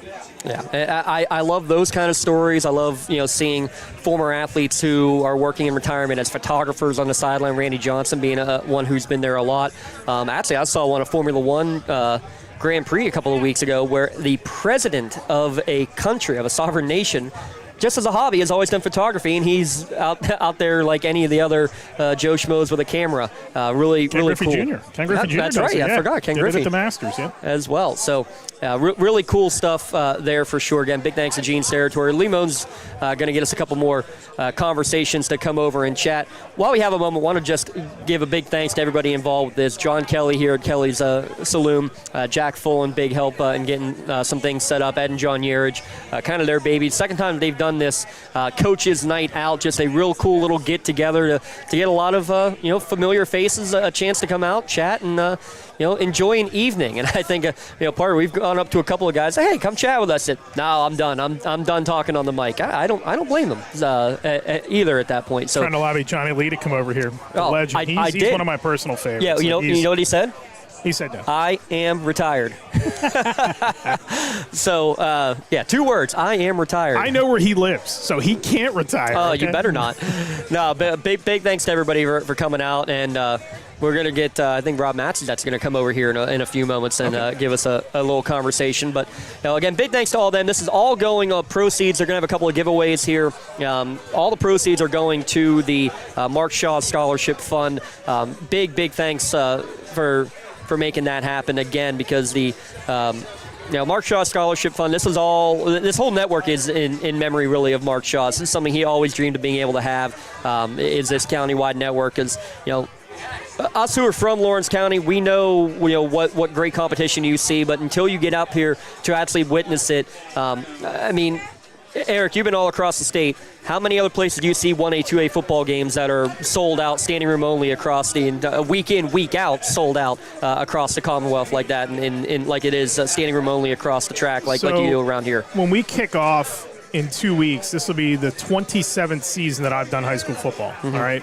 Now, I didn't think I would do it more than like 5 or 10 years, and of course I thought I'd be sitting next to Gene Steratore in a CBS studio at some point too, but it never materialized. However, I will say this.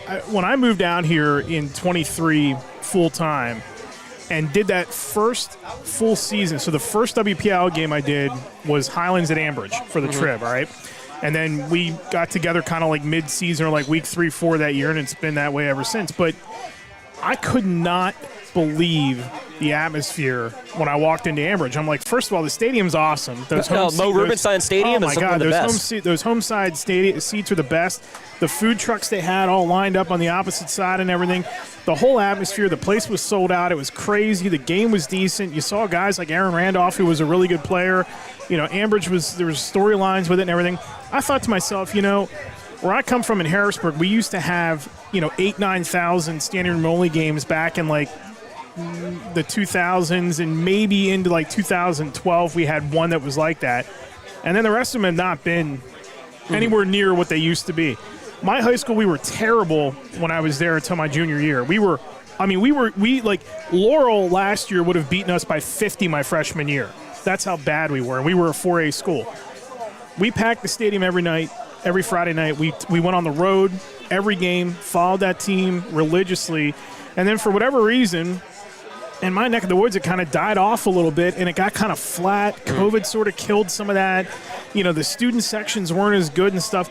It's been a complete, my whole mindset about high school football has just been completely rejuvenated. Actually, moving out here is the genesis for me wanting to put together the radio network for the PIAA finals and everything. It got kind of the juices flowing again, and there's nothing like it out here. The bookends of the state are great. I think people need to also realize, in the Philly Catholic League, those games are incredible to go to as well. Yeah. Oh, I believe that. If you can go to a LaSalle St. Joe's prep game, if you can go to a Bonner Roman Catholic or something, those games are massive. They're getting as big as the basketball games are now. And they're special there. They're special in places like State College because you're in the shadow of Penn State. And for years, the coaches would always go to the home games if Penn State was in town. That was always a big deal.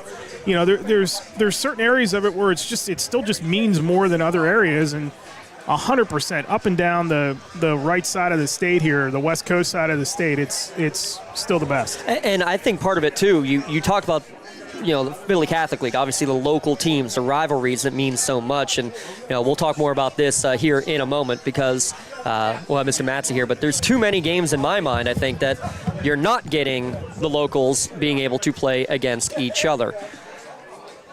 We're going to table that for a minute.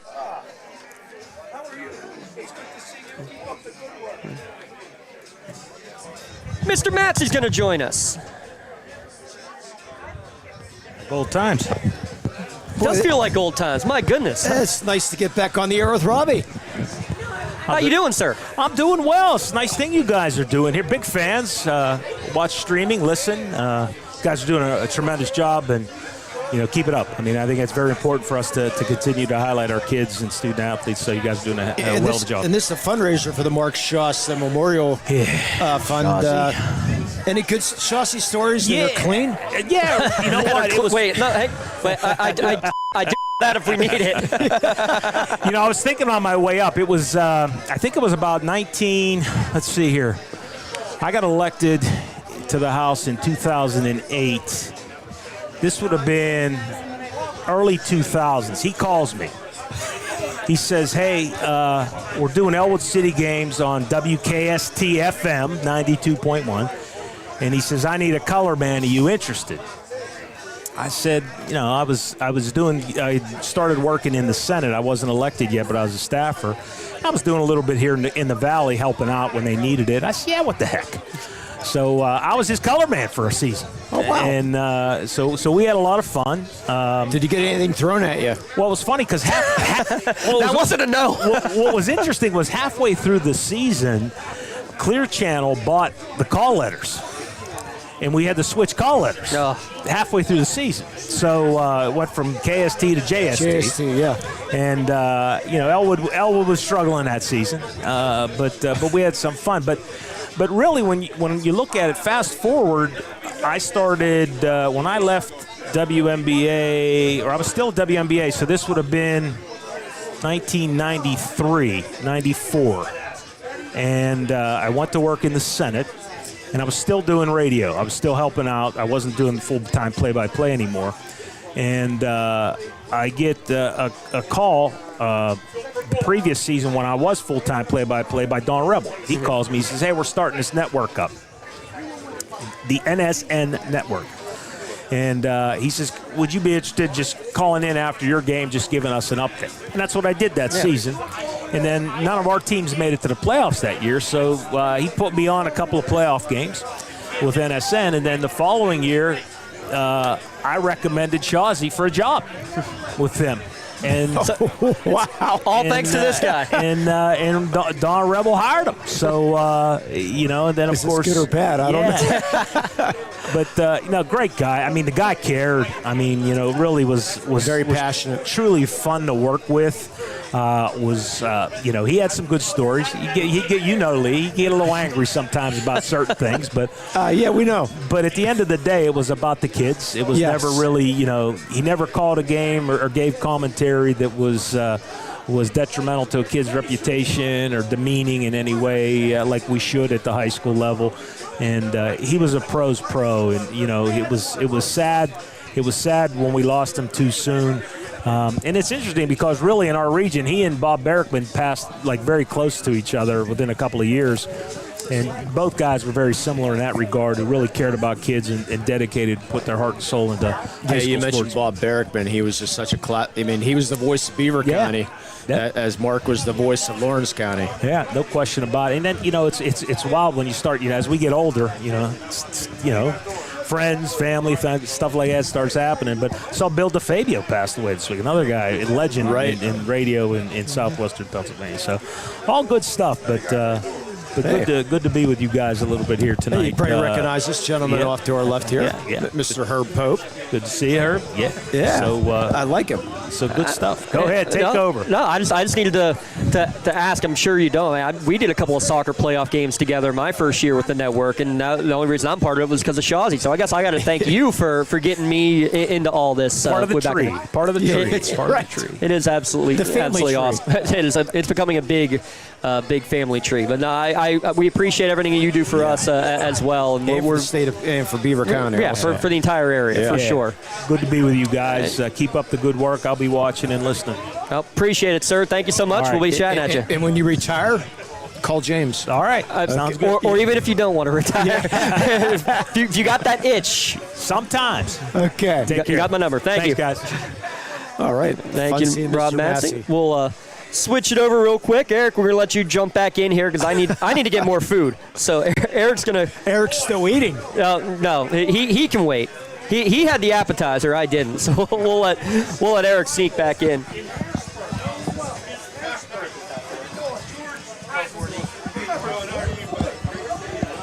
Take it away, Mr. Yeah, Lee Moan's going to stick with us here, too. I'll stick around.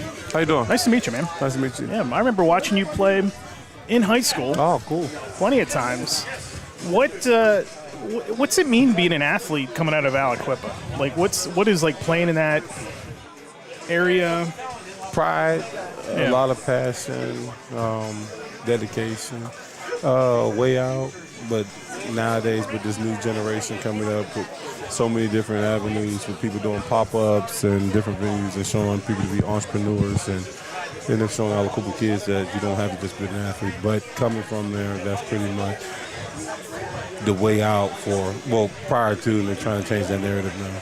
I've talked to Mike Warfield a lot over the last couple of years, being involved like in the state finals and seeing him and being around the team. There's just something about watching that team that I have friends of mine. I'm from Harrisburg. I have friends of mine that constantly ask me, how's Aliquippa going to be this year in football? How's Aliquippa going to be in basketball this year? I mean, it's a brand. It really is a brand. You help build it into that, and the generation before you and all the guys that played before you and all that, you're part of that whole legacy that made that program what it is and why it's so recognizable everywhere else now. Well, thank you for that, but that was kind words. But Aliquippa is Aliquippa's own brand. They've been doing it before me. They're going to do it after me. It's almost like the Steelers mindset, next man up. So, we start off with the little kids, Twerps, Mighty Mice, Pee-wee, Paul, and we just follow them, and everybody progressively gets better. They get bigger, faster, stronger, and then we're always looking at the younger kids. We'll look at the first-year players, and we start there. It just keeps coming, and it just multiplies almost. So it's just like I'm honored to even be able to have played there, and anybody that played there should be honored because it's special. It just keeps coming. It's never ending. What are you up to these days? Tell us a little bit about what you're up to. Doing behavioral health technician things, using my degree. Graduated with social behavior science. I was at George Jr. for a couple of years, Mid-Atlantic. Juvenile, working with like adolescents and vocational psychological services. We're working with at-risk youth and autistic children and a plethora of different diagnoses. Do you still get the itch to, do you ever want to coach? Do you get the itch to? I kind of want to coach, I don't a lot know. less hassle, not the coach though. Well, I've dabbled in coaching from the time that I've been alive and playing basketball, so I've done it at the highest level. Overseas, help coaching younger teams like ball clubs, Newcastle. I was coaching my 5th grade team with my son. That's right, yeah. It's always there, you know what I'm saying? I want to go back to when you played because that was the golden era. That was a golden era. I watch now when I leave out of games. I'm used to seeing above the rim. That rivalry with Beaver Falls, so much fun back in the day. There was nothing like that in the state of Pennsylvania. Yeah, it was iconic. Shout out to Lance Jeter. Do you ever talk to him, or do you guys? Yeah, we played up there in Pittsburgh this past summer together. Love Lance, so. What is that when you look back on it now? Obviously you guys wanted to. You probably wanted to drag each other outside the gym and settle it somewhere else back then. But we played with the Jocks together. We grew up playing together. We just happened to just live in different towns. To me, it was a fantastic shot, a shocking make. It just speaks to the type of player that Lance is, the coach that PIAA did to even get the presence of mind and to get up. We didn't get up on the ball quick enough. We let them dribble up the court, you know what I mean? For them to have that scenario already practiced, like you take out, you could tell that was rehearsed day in and day out. Those are some of the little small things that take 15 minutes out of practice. Let's work on situational things. And as I got older and kept on playing, one of those things we live in my head is that shot and how he catch it, dribble up the court, catch it on the run, actually. That's a design play. You know what I mean? To be poised like that, PIAA was, you know what I mean? Get the ball inbound, call the time, you know what I mean? So it was just, that was a design run. I don't know if you guys know about design play, you know what I mean? It wasn't, stuff you work on. That was a coach, you drew it up. It couldn't go no better. Hey, you run down, hook up, and shit. Throw it up, excuse me. You're good. But they practiced it too, though, because I played in Beaver Falls younger. I was down there, and they shoot from each line, all the way from underneath the basket, all the way down. I'm sure I've seen specials with Lance and them talk about it. They do it at the end of their practices, so that's pretty good. You never know what type of situation you're going to be in where you need to be able to make those shots. When you went to Seton Hall. I went to New Mexico State first. Okay, so it was New Mexico State first, then Seton Hall. Yeah. Give us some memories from the Kaiser. You did make the tournament, correct? Yeah. Yeah, New Mexico State? Yeah. Yeah. Highest, the WAC championship. After coming from triple overtime my senior year, I go to triple overtime, and we're going to triple overtime with Lance in the championship. Then we're playing Boozy State, and we go to triple overtime. I said, oh my God, another one? Like this is different. And now this is a lot faster. Guys on my team, I won't say the name, but it's fifth-year senior talking about he's tired. Well, get out the game. This is the third overtime. What are you tired for? But he's like, we'll rest after the game. But hey, that was it. Did you enjoy your time in college? I mean, it's so different now. I had a with the college athletes and the NIL and all that stuff. All that stuff is great, but it takes out. Well, let me backtrack. It helps kids set themselves up for the future, right? So that they're not just, you know what I mean, with everybody talk about how they were making millions off of them, but it also takes away the love of the game. You know what I mean? Because you went from going out there to just play, have fun, and see who's the better player. Nowadays, guys are ducking matchups because they don't want to mess with their rankings. They're reclassifying to get bigger dollars now than just going at the competition. Who, you know what I mean? When you roll the balls out, just play who's ever out there. You know what I mean? I'm seeing a lot of guys reclassifying. Some guys are coming out early because they're looking. It's smart, it's strategic. You know what I mean? Like this draft class is weak. You look good here or there. Right. You know what I mean? Go to this school for the money. You know what I mean? I have a nephew that's great. He's going to Georgia Tech right now. So, you know what I mean? Larry Moon III. Larry's your yeah, that's my sister's oldest son. Okay. Yeah. I did not know that. Yeah. So I've been with him since he's been born, first one to hold him and everything. So we're excited about he's dealing with all this. So his dad did a phenomenal job. His mom did a phenomenal job. Me telling him the pitfalls of different things to stay away from. He has a great head on his shoulder. And the reason why I allude to the fact and talk about it is because NIL stuff that he's dealing with now. When he say Uncle Bubba, you know, what I say, listen, man, that's for you, Dad, your financial guy. That's your lane. I came up without that. I don't know anything. You'll guide him like on what he needs to do to like stay on the straight and narrow. But well, the straight and narrow is every day. You got to pay every day, working out, eating right, doing the things. So you know what I mean. Those things I can do that, whatever. I don't need to be part of financial side, the school you pick, anything. When you come down to the house to come eat with the family because you're in town, hey, there go the steps. Let's hit the steps. They do some laps, some push-ups, and you know what I mean. Keep it tight. You come home to relax and chill, but you got to stay ready to go. You think that maybe that NIL caused a little bit of maybe lack of work from kids now? You see them maybe not work as hard because they're getting that privilege of the NIL possibly? Two sides of a coin. You can look at it that way, but other kids are really working for the money too. Right. You know what I mean? Other guys aren't taking it, you know what I mean, for granted and bulldagging. You look at some of these guys that didn't like. I'll go back to the guy that was basically doing an NIL deal before anybody, Brandon Jennings. When he went overseas and got paid, he never spent. People don't talk about him enough. And I say that because we're talking about these young kids getting money. He never spent no NBA money. If you go back and look at Brandon Jennings had a Honda Accord, like a regular car, lived in an apartment. You know what I mean? His whole NBA career.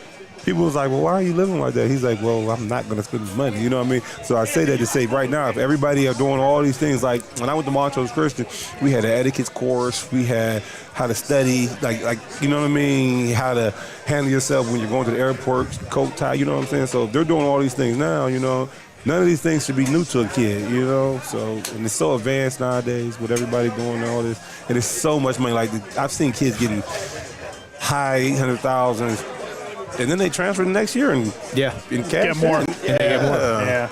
They say they're going to try to cap it. I watched it. I hope they do. I hope they do too. Can you? So I've had two schools of thought here to kind of piggyback on what you just said. A friend of mine made it to Major League Baseball, did the same exact thing, did not spend a dime, roomed with like 5 other players on his minor league team, still has that money in the bank, and got a great job working for the state of Pennsylvania and makes good money doing that. Right. So he was set for life by being smart financially with that. The other side of it too, when you go overseas, you can make a killing overseas too. There's a young man who played at State College not too far after you were gone from Aliquippa named Gabe Norwood, who's now in the Philippines, and he's going on like year 17 in the Philippines, got his own shoe, his own deal with Nike. You know, it's still big business over there, and you can make it a living. There was that misconception he's going overseas. Yeah, that's still good though. Like you're still a superstar. Tax free. I did it for about 4.5 years, and you make great money. It's tax free. That's the first thing. The ball clubs pay your taxes. So yeah, so you might get. How does a 46-year-old white man get that job? Right, that's jump shots, shooting some jump shots. You got to be able to jump though. But yeah, man, when you see that kind of money, like it's good. Only thing that's bad about it, it's not on the TV over here, so it's like you'll be having games. You know what I mean? You'll get caught up in the illusion that you're not there. Right. And then you'll see the money, and then you'll get some guys that come from the NBA that play on your team. They don't even spend their checks I said I could never go 90 days without spinning. Oh my God! I can't go 15 minutes without going down the road sometimes. What are you doing now? Like on a Friday night? I mean, are you going to a game somewhere? Are you watching basketball? I watch all sports every day. Right now, I'm kind of like in the middle of figuring out, do I want to come back to basketball or stay the course with working with just the youth and that being suffice for me. But I really just want to give back to like kids. But I want advanced training for kids. Like I don't want to teach a kid how to do 1-2 step. Yeah. You know what I'm saying? Like now if you already got some stuff with you, now let's play. Talk about 10-second countdown, separation. Those are the things that drive me. That's what I want to do. What do you think your best asset was when you were a player? Would you consider yourself like a stretch 4 like some of these guys do now, or a stretch 3 like some of these guys do now? Or? I would say I was a post 3, but I didn't want to play in the post really, but I could. I played matchups, so if a guy was slower than me, I wanted to try to go around him. If he was smaller than me, you did that a lot. Yeah, I wanted to go inside. You know what I mean? So I really didn't have anything. I like to play basketball. Like Antoine Walker, That's a good example, yeah. I like to play basketball. I'm not really worried about scoring. I'm not worried about scoring. You know what I mean? I don't want somebody to score on me. So I a mixture. That my thing is I looked at the game, how the game went. If I needed to shoot more, you saw I would shoot more. If I needed to pass or rebound or block shots, I'm trying to win the game. You know what I mean? I remember I played at the Palumbo Center one year, had 2 points and still had a triple-double. That's impressive. I didn't even know I had 2 points. I was just so busy playing in the game. I looked up. I didn't even know what a triple-double. That's how naive I was to the game. I don't even know about rebounds and points. Like, seriously, to hear a triple-double, I was like, all right, well, what is a triple-double? You know what I mean? I'd never had one. Well, I hope you stick with it. Good luck to you with everything you do. Thanks for coming over and giving us some time down at Turf Pub. Alec Whipple, legend. Yes, sir. And he is doing some good things here these days with the youth and trying to give back in that regard. Let's find James here, get him back on, direct a little traffic, and we're going to be getting kind of close to wrapping this thing up around 9 o'clock. So it's been a great night here at Kelly's Riverside. Hope you come out and check it out. Please come and check them out. Awesome place. If you're, depending on where you're coming from, if you're McKee's Coropolis exit off of 370 or off of 79, and you go a little bit off the beaten path, and you'll be able to find this place. Great patio, great view of the river, dock right outside of it, great menu, great bars out back. They got a little sand pit out back, and you can see the view here as we see it from our vantage point. That's actually looking behind us there. Lee is in front of me, so it's looking out towards the crowd here. But what a great night. The weather held off. We got lights on, so it's illuminated very nicely. They did a really nice job of this place. First time I've been here. I love it. This is it's very good. Check out that menu too. Real wide variety of stuff here. So highly recommend the menu here, and highly recommend get out here, especially the last couple days of summer. This place is going to be packed with the weather being good. And we got summer wrapping up, so this is the spot to be. And we've had a good night here. This has definitely been a good night. We avoided the rain early, which is nice. We were worried, but everybody still said they were coming out. We were going to have some fun with it. So it's been, again, great to hear some stories. We're going to get either Ed or John on to wrap things up as well, just to give a big thanks. But basically, we've raised over $1,000 tonight for the Shawsey Scholarship Fund, just for literally a coach's night out to just enjoy the company. And it's a great way to start off our coverage here of the 2026 fall sports season. And we got a pretty lofty goal. We hit 200 broadcasts last year, Eric. We're going to have to try to do it again. I think we got a pretty good chance. Some of these teams, I think, are going to make a deep run, and I think we'll have a pretty good chance. That's counting playoffs. That was a heck of a year, and it starts and it doesn't end, and we love it. It's what we're here for. Shameless plug: if you're watching this right now, there's still time to get involved with us for the 2026-2027 school year. Lots of scholarship packages or sponsorship packages. Please reach out, give us a call, send us a message on social media, whatever, to be able to get yourselves involved, get yourself in the game right with everybody else. Lots of sponsorship packages from a couple $100 to a couple $1,000 per each, not for each broadcast, but for an entire year. So please reach out to me or Eric or anybody here at LCAP. We'd love to have some information. And now we're going to bring in the star of the show. No. Coach Ryan Micheletti, thank you for joining us, Coach. No problem. How's it going? How's the summer treating you before we got to get back into the swing of things here? Busy, extremely busy. I would say like between camps, recruiting, fundraising, all the fun stuff that goes into making a successful program. Like, we got our foot on the gas. That's awesome to hear. Now, remind me, year 3 or 4? I'm going into year 4. In 4, okay. So 3 done into year 4 right now. And what's been the biggest thing you've noticed as a change, good or bad, for what you've seen from day 1 to where you are right now? The biggest change, I would say, is how hungry each year our team is. Like, we're good enough. We can, make this happen. And it's great for me to see, even when we hit different levels of adversity and stuff like that, they still tend to be, like, we can do this. We know we deserve to be here. Yeah. So class of 2007, you said, right? From Newcastle. My goodness. Where's that time gone? Oh, man. Blinked. Here we are. So what was it like, first off, I'm going to ask about Coach G first. What was it like being in Coach G, and how much do you notice yourself maybe say, oh, I heard Coach G say that back in the day? Ready? Do we need to switch seats again? You might. Honestly, she is probably my biggest influence in coaching. She made us, I'll speak for myself, but I do believe that she made all of us want to run through a brick wall for Newcastle. And we represented more than just the Lady Canes. Like, we represented the city. Yeah. And that was cool for young girls to feel at that time, and just that culture. I do feel her level of intensity. Now, I wouldn't say I'm as vocal about it as she is, but that just dog, like not taking no for an answer, relentless attitude, having discipline, working hard, and still loving your players at the same time. I attribute almost all of that to her. Like, she has been like such a staple in my life.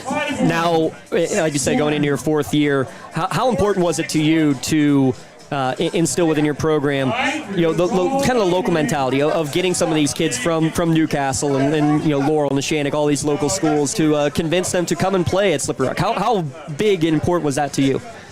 It was incredibly important to me. Reagan Atkins was my first recruit, my first offer as a head coach.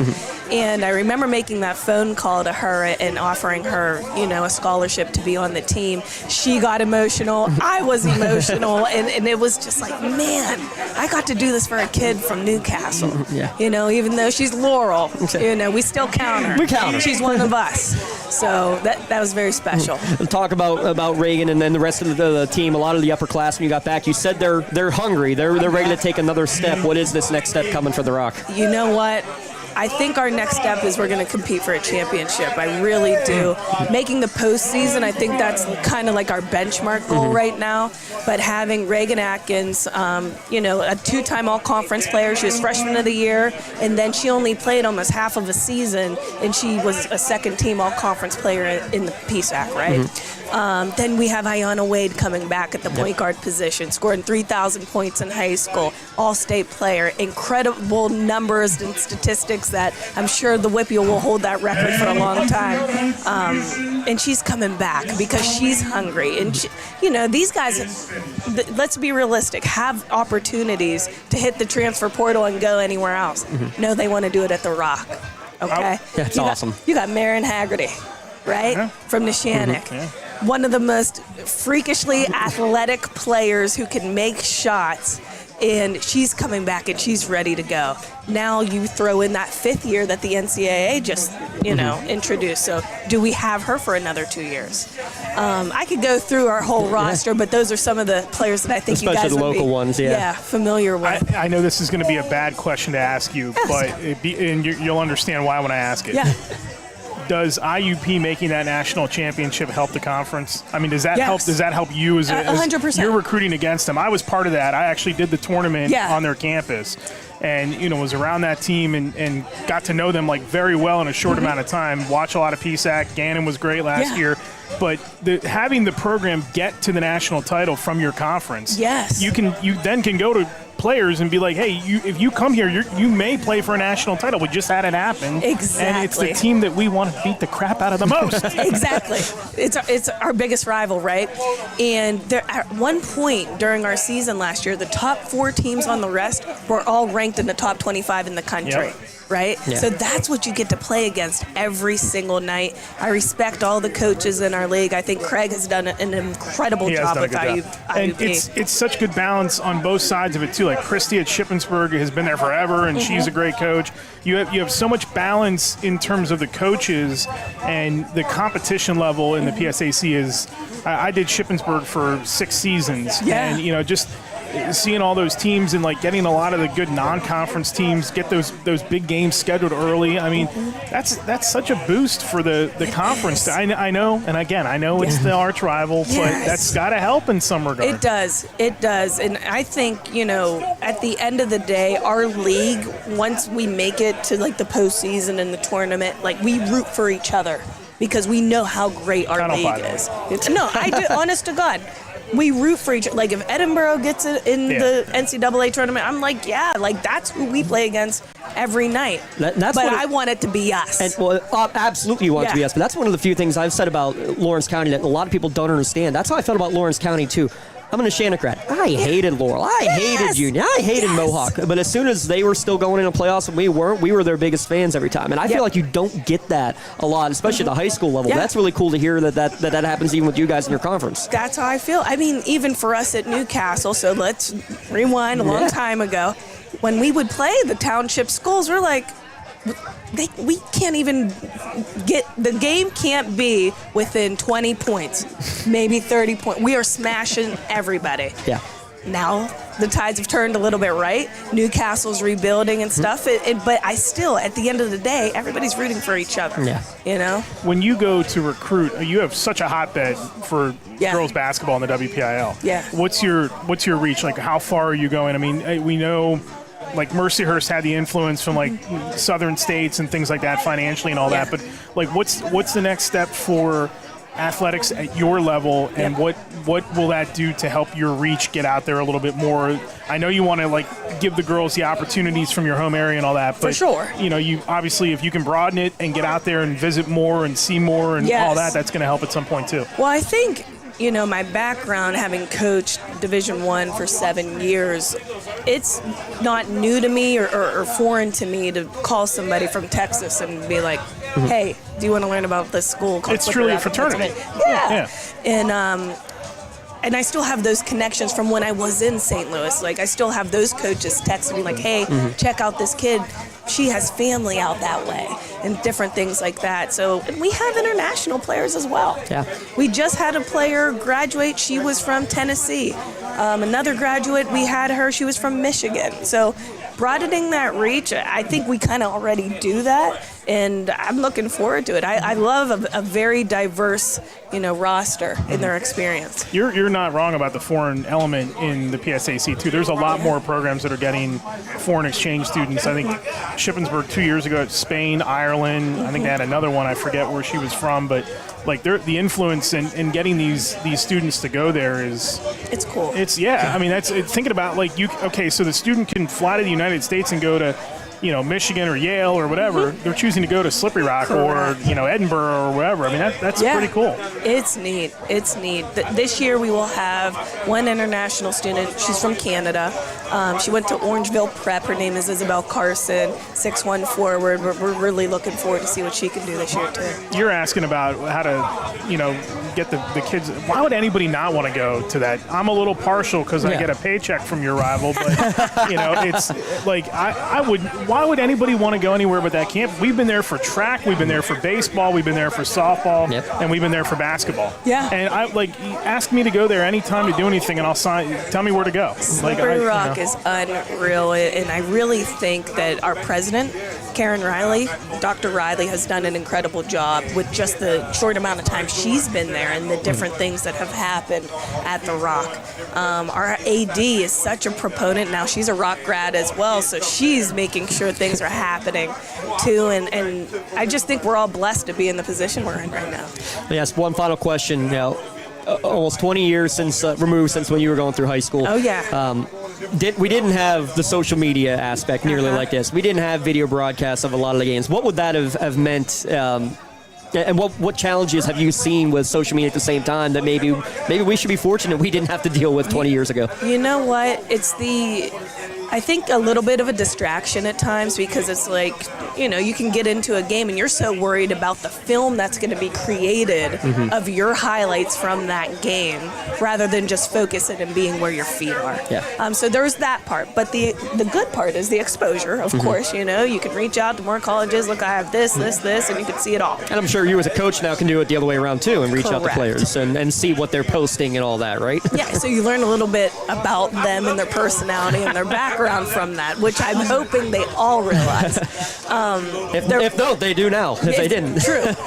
And I do remember our senior year, Newcastle News followed us, and it was kind of like the first at the time that the Newcastle News followed a team throughout the entirety of the season.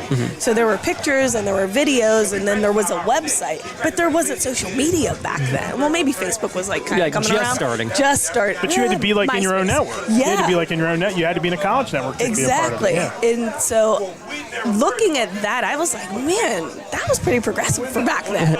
We had that. Yeah. And I still wonder, can we get those links? I would love to see that stuff. Can we make a call? You can. We'll try to make that call for you. We'll work out for it. We'll figure we can. Yeah. Coach, appreciate you coming and chatting with us. Why don't you go enjoy the rest of the night? Thank you so much for helping in the Shazi Fund. Thank you for all you guys do. Thank you. I appreciate you. Yep. Thank you. Thanks so much, Coach. Thank you. Coach Ryan Micheletti for Slippery Rock Girls Basketball. We've had some great conversations tonight here, Eric. This has been a lot of fun. Again, big thanks to everybody involved in making this happen. Again, all funds and proceeds tonight benefiting the Shazi Scholarship Fund that is off and running. We'll be giving out our third year's worth of scholarships coming up at the end of this calendar year. We'll bring, or at the end of the school year, I should say, we'll bring Lee Roan back in one last time just for some final parting thoughts as we get ready. Again, our week one coverage of high school football. 2 games on Friday night. We'll have the Riverside Panthers hosting Elwood City. Great way to start the year at the Rival Cup. Maybe the only rivalry that I would put right up there with Elwood City Riverside is the Shannock Laurel. They also play in that week one game. And then Saturday, Woodland Hills hosting Newcastle on Saturday evening. Gentlemen, we're off and running. I can't believe we are, just over 2 weeks away from opening night now. It's going to be a fun year for sure. Every Friday night.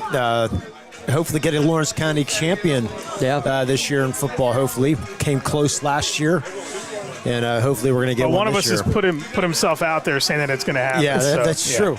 Yep. And hopefully your bold prediction will come true. I think listen, I'm going to give you a bold prediction to carry over to basketball season. I don't care about Sewickley Academy. They are winning both Newcastle this year, football and basketball. They are finally going to break through because they're going to get a crew that will not force Marino Graham to foul out of the district final. You're just saying that because Ralph Blundo's in you. No, I'm kidding. I think he left. I think the autograph session's over. I think he knew what was going to be talked about. It's an early bold prediction. I like it. I like it. Make sure you stay tuned, folks. We're continuing our 5 for 5 series, looking at some of the top 5 moments in various aspects over the first 5 years of Lawrence County sports. And I can't believe we're coming here onto year number 6 with the network. That's amazing. We're going to hit our 1,000th broadcast at some point this year as well. Have to figure out what that's going to be. As long as Lee Mode's not near it, then we're fine. Tuxedo's night, huh? Yeah, tuxedo. Well, we haven't talked to Lee about the dress code for this year, have we? Suit and tie. I'll do suit and tie that night. I'm fine with it. Big thanks. While I have a moment again, everybody here, John Kelly, the Erridge brothers, everybody for getting this going here tonight. Big thanks to everybody at LCAP, Jen Elliott, Vanessa Lovely, of course, our CEO, Tom Scott, believing in us and continuing this journey. Everybody watching at home, live or archive, again, please help support not only the Shazi Scholarship Fund, but what we do here at SportsNet. We're just one of the many programs at LCAP, basically Lawrence County Social Services, and then some to help support us and helping support our local athletes, because that's what it's all about, is what the kids are doing and trying to highlight that as much as possible. And as Eric said, hopefully a lot making trips towards championship games, because I'll go all the way to the spring, and I will say we will have at least 1, if not 2, county state champions yet again on the softball field. We're definitely going to have one on the softball field. At least one. for sure. I think we know who that's going to be. Well, we will hopefully be seeing that come June. That's a long way away. Hopefully 200 more broadcasts away Listen, from that. Opposing pitchers do not throw the ball over the middle of the plate to Ireland Fisher. If you don't, you're fine. If you do, good night. Yeah. 7 home runs in 7 playoff games. That was absolutely incredible. We will have lots of those kind of moments. And again, anybody who's interested in sponsorship on our broadcast all throughout the year, please again reach out. Still plenty of time to do so before opening night. We want to be able to showcase as many of our county's athletes, but also our county's businesses as well. So big thanks to all of you who do that already. And for those who are interested, give us a shout out, me or Eric or anybody on social media. We will help make that a reality. Do we thank the man to your right? That's the question. Yes. Absolutely we do. Yes. Standing O for him. Mr. Matt Flannery, our producer tonight, getting us all set up. He's been through the wars with us the last 365 days. I can't believe that we're back at it yet again. We have a lot of new fun features coming up, preview articles coming up in the next couple of days, some podcasts as well. We will get back at it with our full weekly Wednesday nights coming up 2 weeks from tonight. We'll have that first show for our Week 1 preview, and we'll be there off and running with it. So for everybody here again, big thanks for supporting the Shazi Scholarship Fund. Thanks to all the coaches, ADs, and officials coming out here tonight. Everyone at Riverside for the at Kelly's Riverside Saloon here for all the help. Matt Flannery, our producer, Eric Thomas and Lee Moan. I'm James Dotson. So long. Stay tuned. We'll see you coming up very soon for Friday Night Lights and the rest of the high school football season on the Lawrence County SportsNet, powered by LCAP.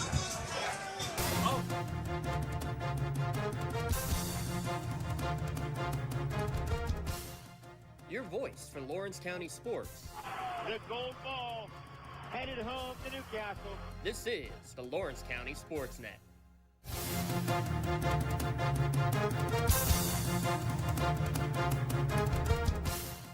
Your voice for Lawrence County sports. The gold ball headed home to Newcastle. This is the Lawrence County SportsNet.